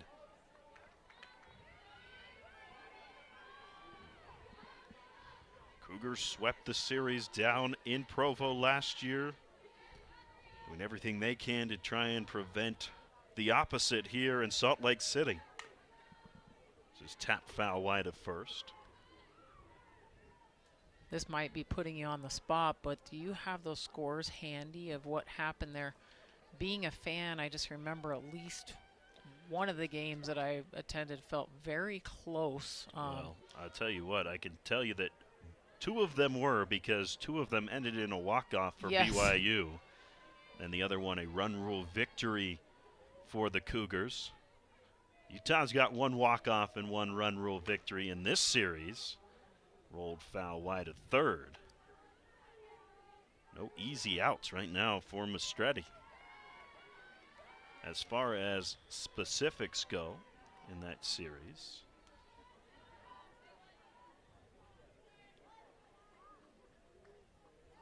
there's something that's making Lexi tentative on when you're doing that slapping situation where you start running a little bit in advance.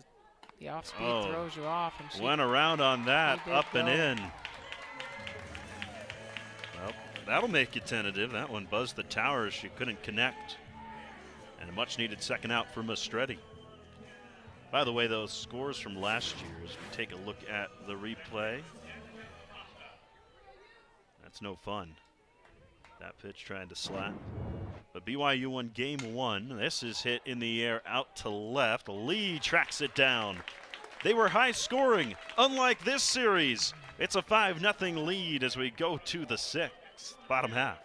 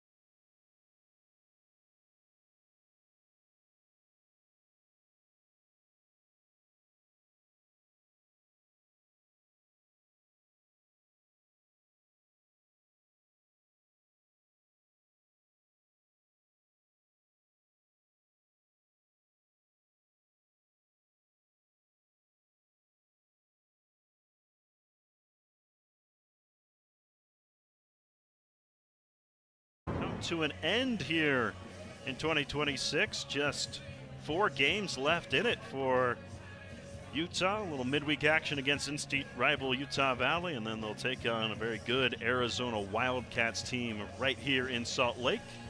And BYU, they will see Arizona State at their place in Provo to wrap up their 2026 campaign.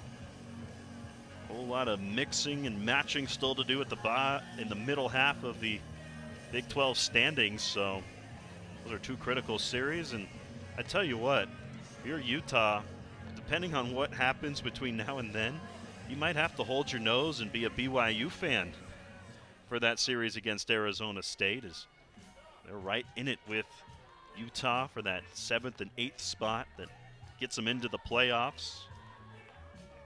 Just have to see what happens. win here against BYU would go a long way for Utah to get into the Big 12 playoffs. Ground ball to third.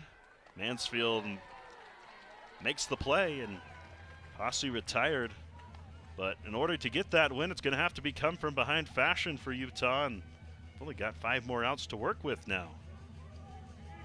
For that last half of the conference, it's turning into a little bit, okay, if so-and-so beats so-and-so, and then if this sort of like Utah's second Rose Bowl, where if so-and-so did this, so-and-so did, that's how this conference is feeling right now. And Utah doesn't play Houston this year, and you don't play everyone, and then it's discouraging when you don't play the team that's in last, you know what I mean? And it's so complicated, and I'm sure Utah and Iowa State's tie is really helping with that complication, making that a lot easier to parse out. We're going to see a pinch hitter here. So Kennedy Proctor out. Taylor Jacobs has grabbed a bat and will swing it here. Redshirt junior out of Litchfield Park, Arizona, Canyon View High School, getting her first ups in the series. Trying to get something going for Utah. Amy Hogue pulling all the strings she can to mix and match. Game 1, Taylor came big with working the count deep and getting that huge walk that Utah needed. And again, you think about just how much that meant in that moment. Now that pinch hit appearance came a little bit lower in the order, but coming in to bat here in the 3-hole. Proctor just had a tough series with the bat, and if you're Amy Hogue, you're just trying to do anything you can to get your offense going. See if she can be the spark again. Pop up, played by Acosta, nicely running onto the grass. Just nothing dropping right now for the Utes. Jacobs retired back to the bench from which she came, and now Sion Noli will try and start something with 2 down.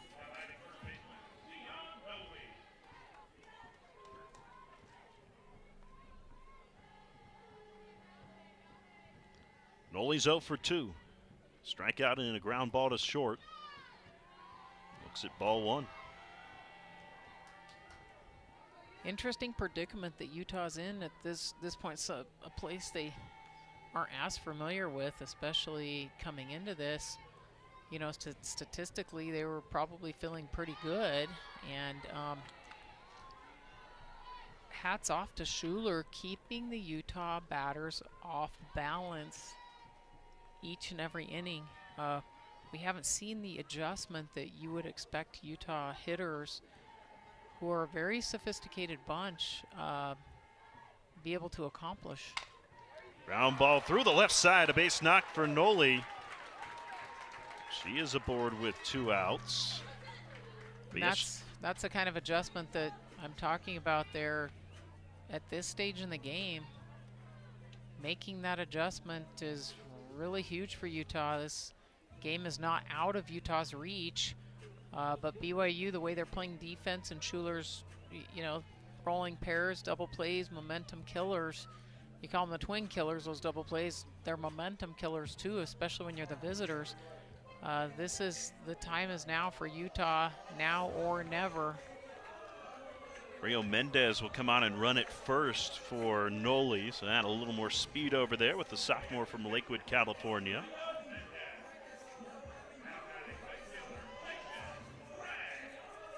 And, well, I feel like you got to score a run. The numbers tell you that going to the 7th down, especially down big, not good for Utah, as Peyton Crank lines one into right center, and it's back-to-back 2-out knocks, and the crowd starting to buzz just a little bit as they're looking for anything to put their hands together for and see if the Utes can finally crack the scoreboard here in the 6th.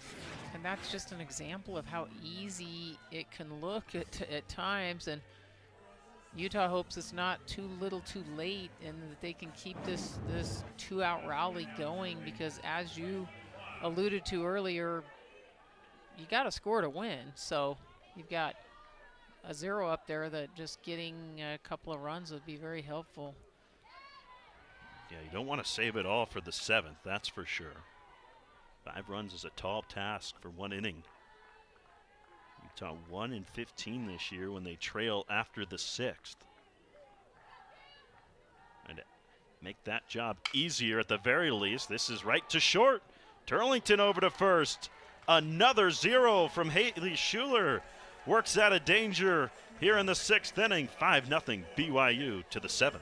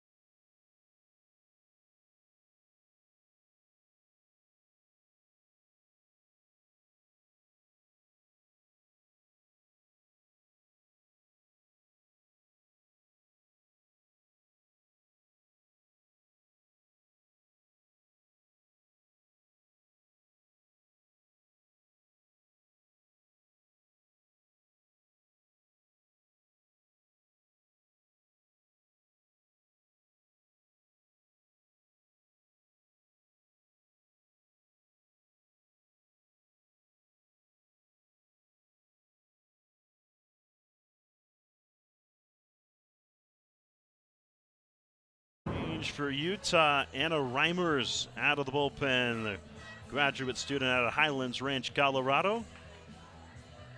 Grad transfer from the University of California. See, the 2 games started. One of those came against Baylor when 5 innings, gave up 2 runs in the Utah win over the Bears last weekend. Going to be tasked with holding this at a 5-0 game for the bottom of the 7th.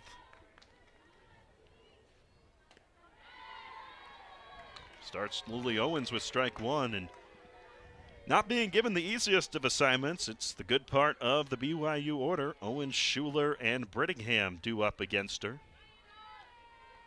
And you see this strategy where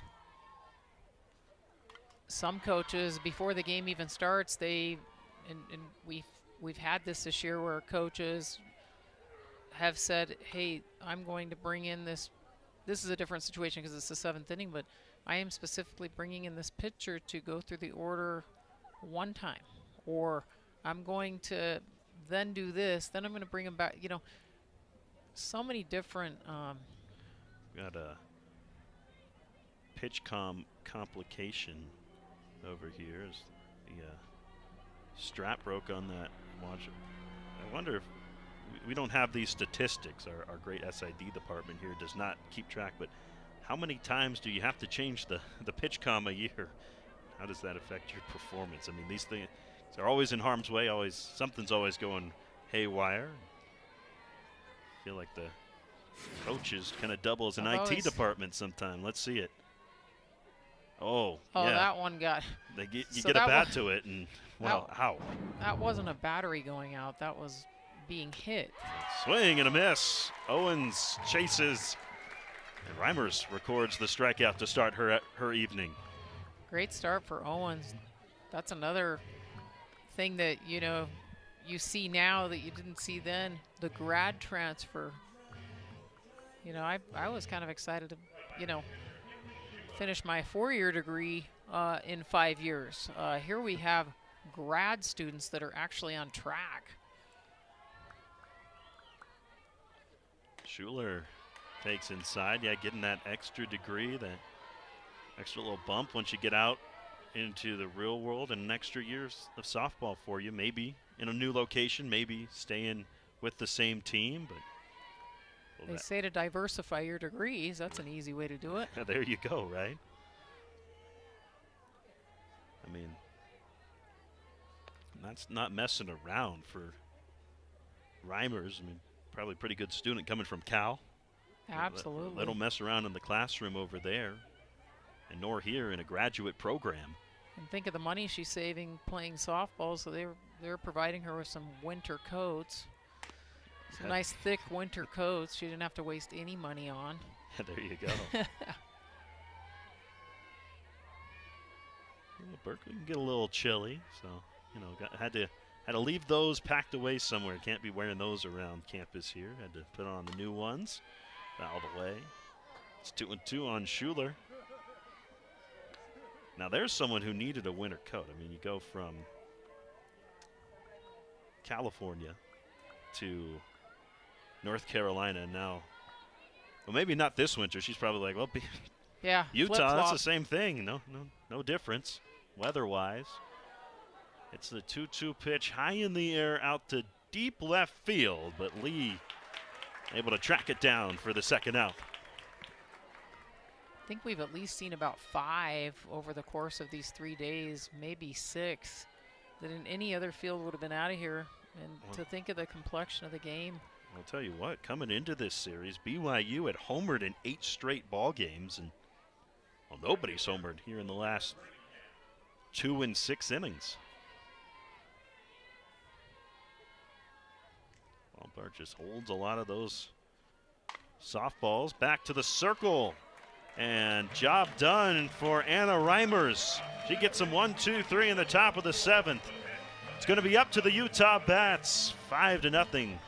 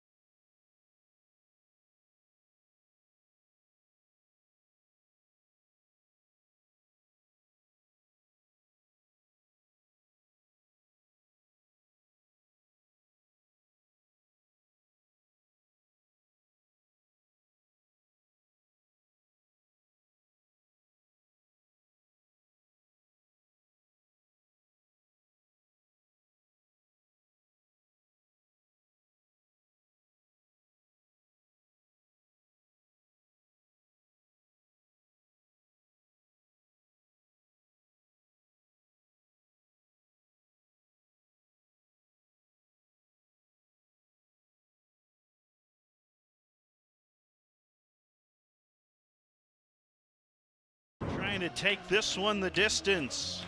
5-0, her Cougars lead. She has kept the Utes off balance at the dish all evening long.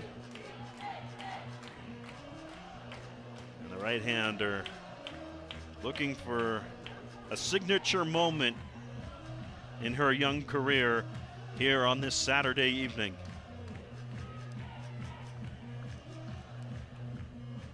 She's gone 7 innings twice this season, most recently in March against Kansas.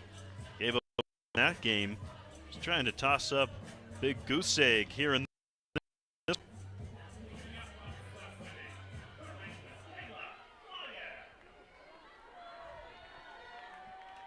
Looking for her first career shutout and trying to do it in a rivalry matchup. I'd say there'd be some great motivation there, and to think of what happened on Thursday and the great game she put together then. It'll be Lyon, Wilson, and Lee, the bottom of the order, to start things for the Utes. Got just 4 hits in this game. They need 5 runs at least here in this inning.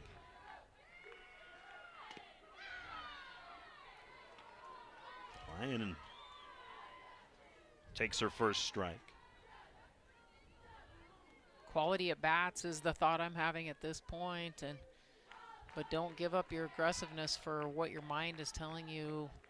If you're a Utah hitter, to stop, go, all the mental cues they give themselves to be so effective. And so often in rallies like this, doesn't it feel like you got to get the leadoff hitter on? Absolutely, 100%. Technically not, but it just so tough when you don't. And it won't happen here. Haley Schuler, the drop ball, drops out on Kayla Lyon for out number 1. And on the flip side of it, you know, if you're Utah, that takes a little more air out of you, and that just dropped right at a perfect moment. Schuler starts it with a strikeout here in the 7th. Her 3rd of the day. Danica Wilson will try and start the rally with 1 out. Works ahead in the count, 1 ball and no strikes. Walk in the 5th.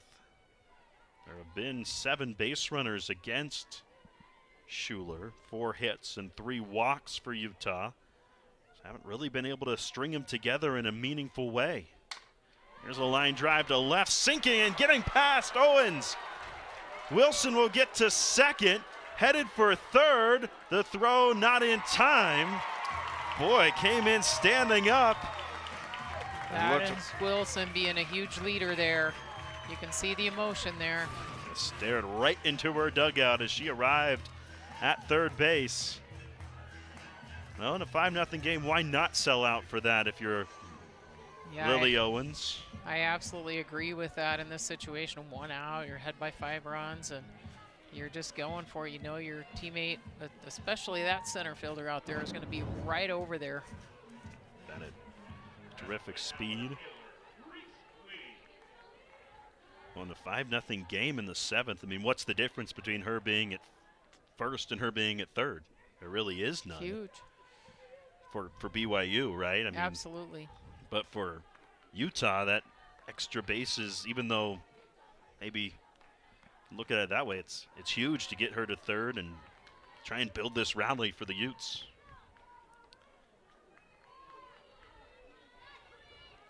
BYU, I imagine, would give up the run here and just toss over to first, but we'll see. 2 more outs to get for the Cougars, with the tying runs still waiting in the dugout for the Utes. And again, there's a certain aura in Lee's eyes that I've seen throughout this, that she is that leader for this team. She's one of the few upperclassmen that's out on the field, and this is just the moment you really want to come through.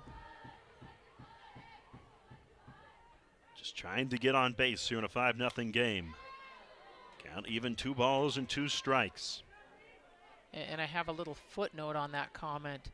In a very high failure game, that you're a really successful hitter if you're failing a lot of times out of 10. I used to say 7, but it feels like it's like 6 now, you know. Full count on Lee, but now those odds working against Utah. They need a lot of hits, walks, something of that nature.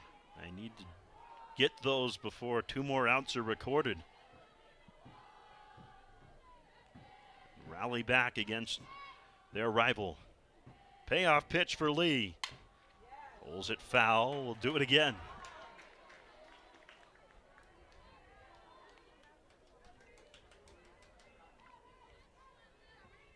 BYU scored 3 massive runs with 2 outs in the top of the 5th.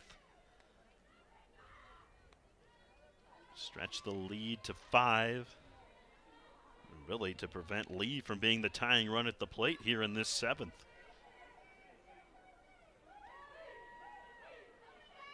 Another payoff from Schuler. Lee spoils it the other way. Stays alive in this count. Great battle with Lee, with backs against the wall here for Utah. What can they do to get something together at this point? Base runners, and more base runners for the Utes. Lee hits it to center. Bennett circles the wagons, makes the catch. Here's the throw to the plate. Wilson beats it. And with 2 outs in the 7th, Utah plates their first run against Schuler. You will make that trade right now, I think, if you're Haley Schuler. Oh, no more shutout for her, but she has a chance to still record the finest outing of her career to this point. Have to go through Mia Gomez to do it. The last chance for the Utes. Gomez, after a terrific series, 0 for 3 in this game. Starts ahead, 1 ball and no strikes. She's no longer the unknown freshman hitter that no one knows about. No, I think a few folks would have something to say about that, including some national organizations up for the Freshman of the Year award in college softball. That's a foul ball off the knob of the bat, says home plate umpire Matt Jacks. Now they're going to talk about it. I don't see what maybe Smokey Eds or Michael Hernandez, who are a lot further away from it, saw, but according to the man at the plate, it was off the knob. Saw that result in a foul tip strikeout for Utah in game 1. And this is one of those, I'm There's assuming, ball 1. reviewables that they can decide at this point in the game. I don't think the coaches can do the heads up, but they can choose if it's something that they're feeling they want clarity on. They can make that decision. That looked like it skimmed across her forearm from that angle. And Gomez kind of looked at the home plate umpire. Matt Jackson said, "No." Yeah. That was my arm. It hurt. Please give me first base. You have to admit, though, I would have been like jumping a little bit, or she was pretty calm. Yeah. I think she heard him say she heard something contrary. We'll get another look at it here.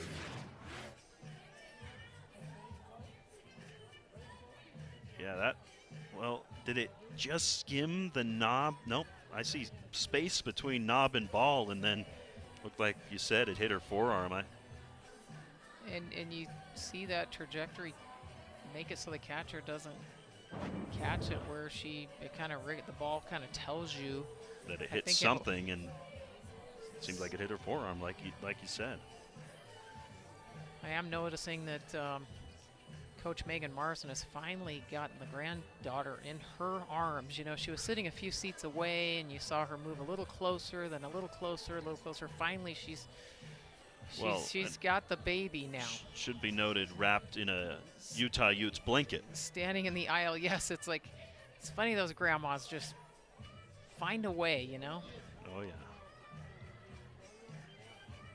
Looking for a Utes win and first Utes experience, but it's going to have to come with 2 outs here for Utah. Getting Gomez on base would help that cause. We're looking at right now to see if ball hit her or the knob of her bat. From the look we had, it sure looked like it missed the knob and then skimmed off her forearm, which would mean she's standing at first base for Shanti Posse. I think the calm demeanor, though, made the umpire question, you know, because taking her hand and what would you call this right here? Yeah, shaking it out. Shaking it off. There's one more look at it. That one looks a little more knob related, but again, I've learned to just, I probably need to not even comment I'm with you. anymore. I'm not hitting a high percentage when I chime in on these, but so take what I say with a grain of salt. I'm sure the recliner crowd, though, the couch crowd, has got the decision made already. Well, some of you folks that have the ESPN app on your 92-inch TV, you got a really good look at it. Although this monitor we're looking at, I will say, is probably a little bigger than the TV I was watching in college, the 13-incher. We called it big screen. Before we knew what big screen was, we would move With it towards us. We had it on a roller that we'd move it towards us. With the rabbit ears? Yeah, 3 There we channels. go, yeah. You don't need to record anything. If you're not there, you don't deserve to watch it. There you go. Well, we might have a call here as 2 umpires who did not make the call on the field, Smokey Eds and Michael Hernandez, are out from watching their big screen. All right, so she was hit by the pitch, call overturned, and Gomez will go to first with 2 outs in a 5-1 game.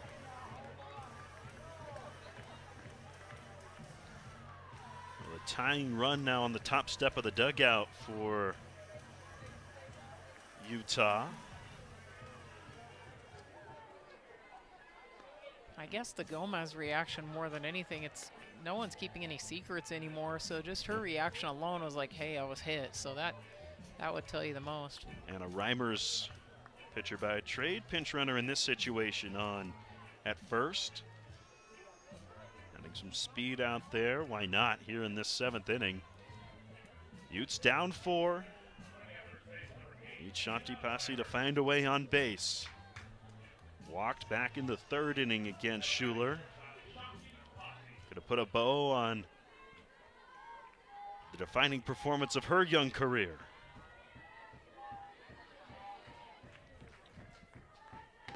Starts Pasi with ball 1.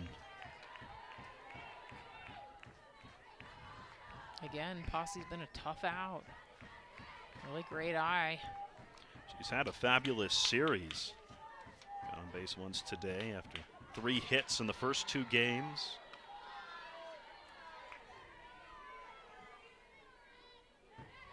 Need her to get on one more time.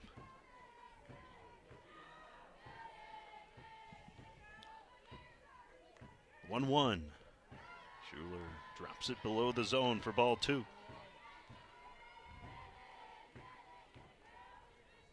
Utah won game 1 in walk-off fashion. Blew out game 2. BYU trying to take the finale. Pasi stays alive, 2 balls and 2 strikes. Foul ball back to netting on a pitch that could have easily been grounded out into the infield, but you'll see another.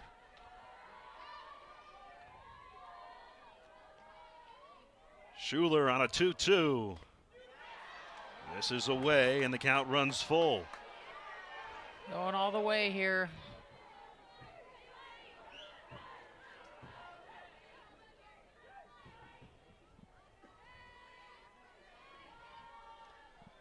The payoff pitch. Low and in, ball 4. And the Utes have 2 on with 2 outs. And we're going to see another pinch hitter for Kennedy Proctor. And so Amy Hogue is now pinch hit for her catcher twice in a row, as it'll be Brooklyn Tacky to come on and swing the stick. Freshman out of Riverton, Utah. Familiar with this rivalry, up in a big spot. And I like that Double Zeros is back in the lineup finally after maybe 35 years. And a local player from the great Riverton High School. Takes a low strike to start her AB. That's hard to start that way here. You're trying to have a great eye and extend this game, and you're coming cold off the bench, expected to do so much, and it doesn't go your way. Well, I get 3 of them. This is bounced up the middle, shoveled to the bag in time. Turlington puts this one in the books with a nice play at shortstop, and BYU takes the finale 5-1 on the back of a gem from Haley Schuler. She allows just 1 run in a complete game effort. And the first win for BYU on this field since 2018. And well, they lead the Big 12 series now 4 games to 2. They win this one 5-1. Well, you couldn't have really written this script. It's not exactly what we had expected. Here we thought that we'd see a lot more runs scored and it would be less sporadic as what we saw, but hey, a win's a win no matter how you and Schuler got redemption in this game, and BYU was able to put it together. Well, BYU wins the finale for our entire terrific crew. Our producer, Kelsey Hart, my partner in the booth, Laurel Simmons. I'm Ethan Jordan saying so long from Salt Lake City. BYU takes the finale over Utah. This has been Big 12 Softball on ESPN+.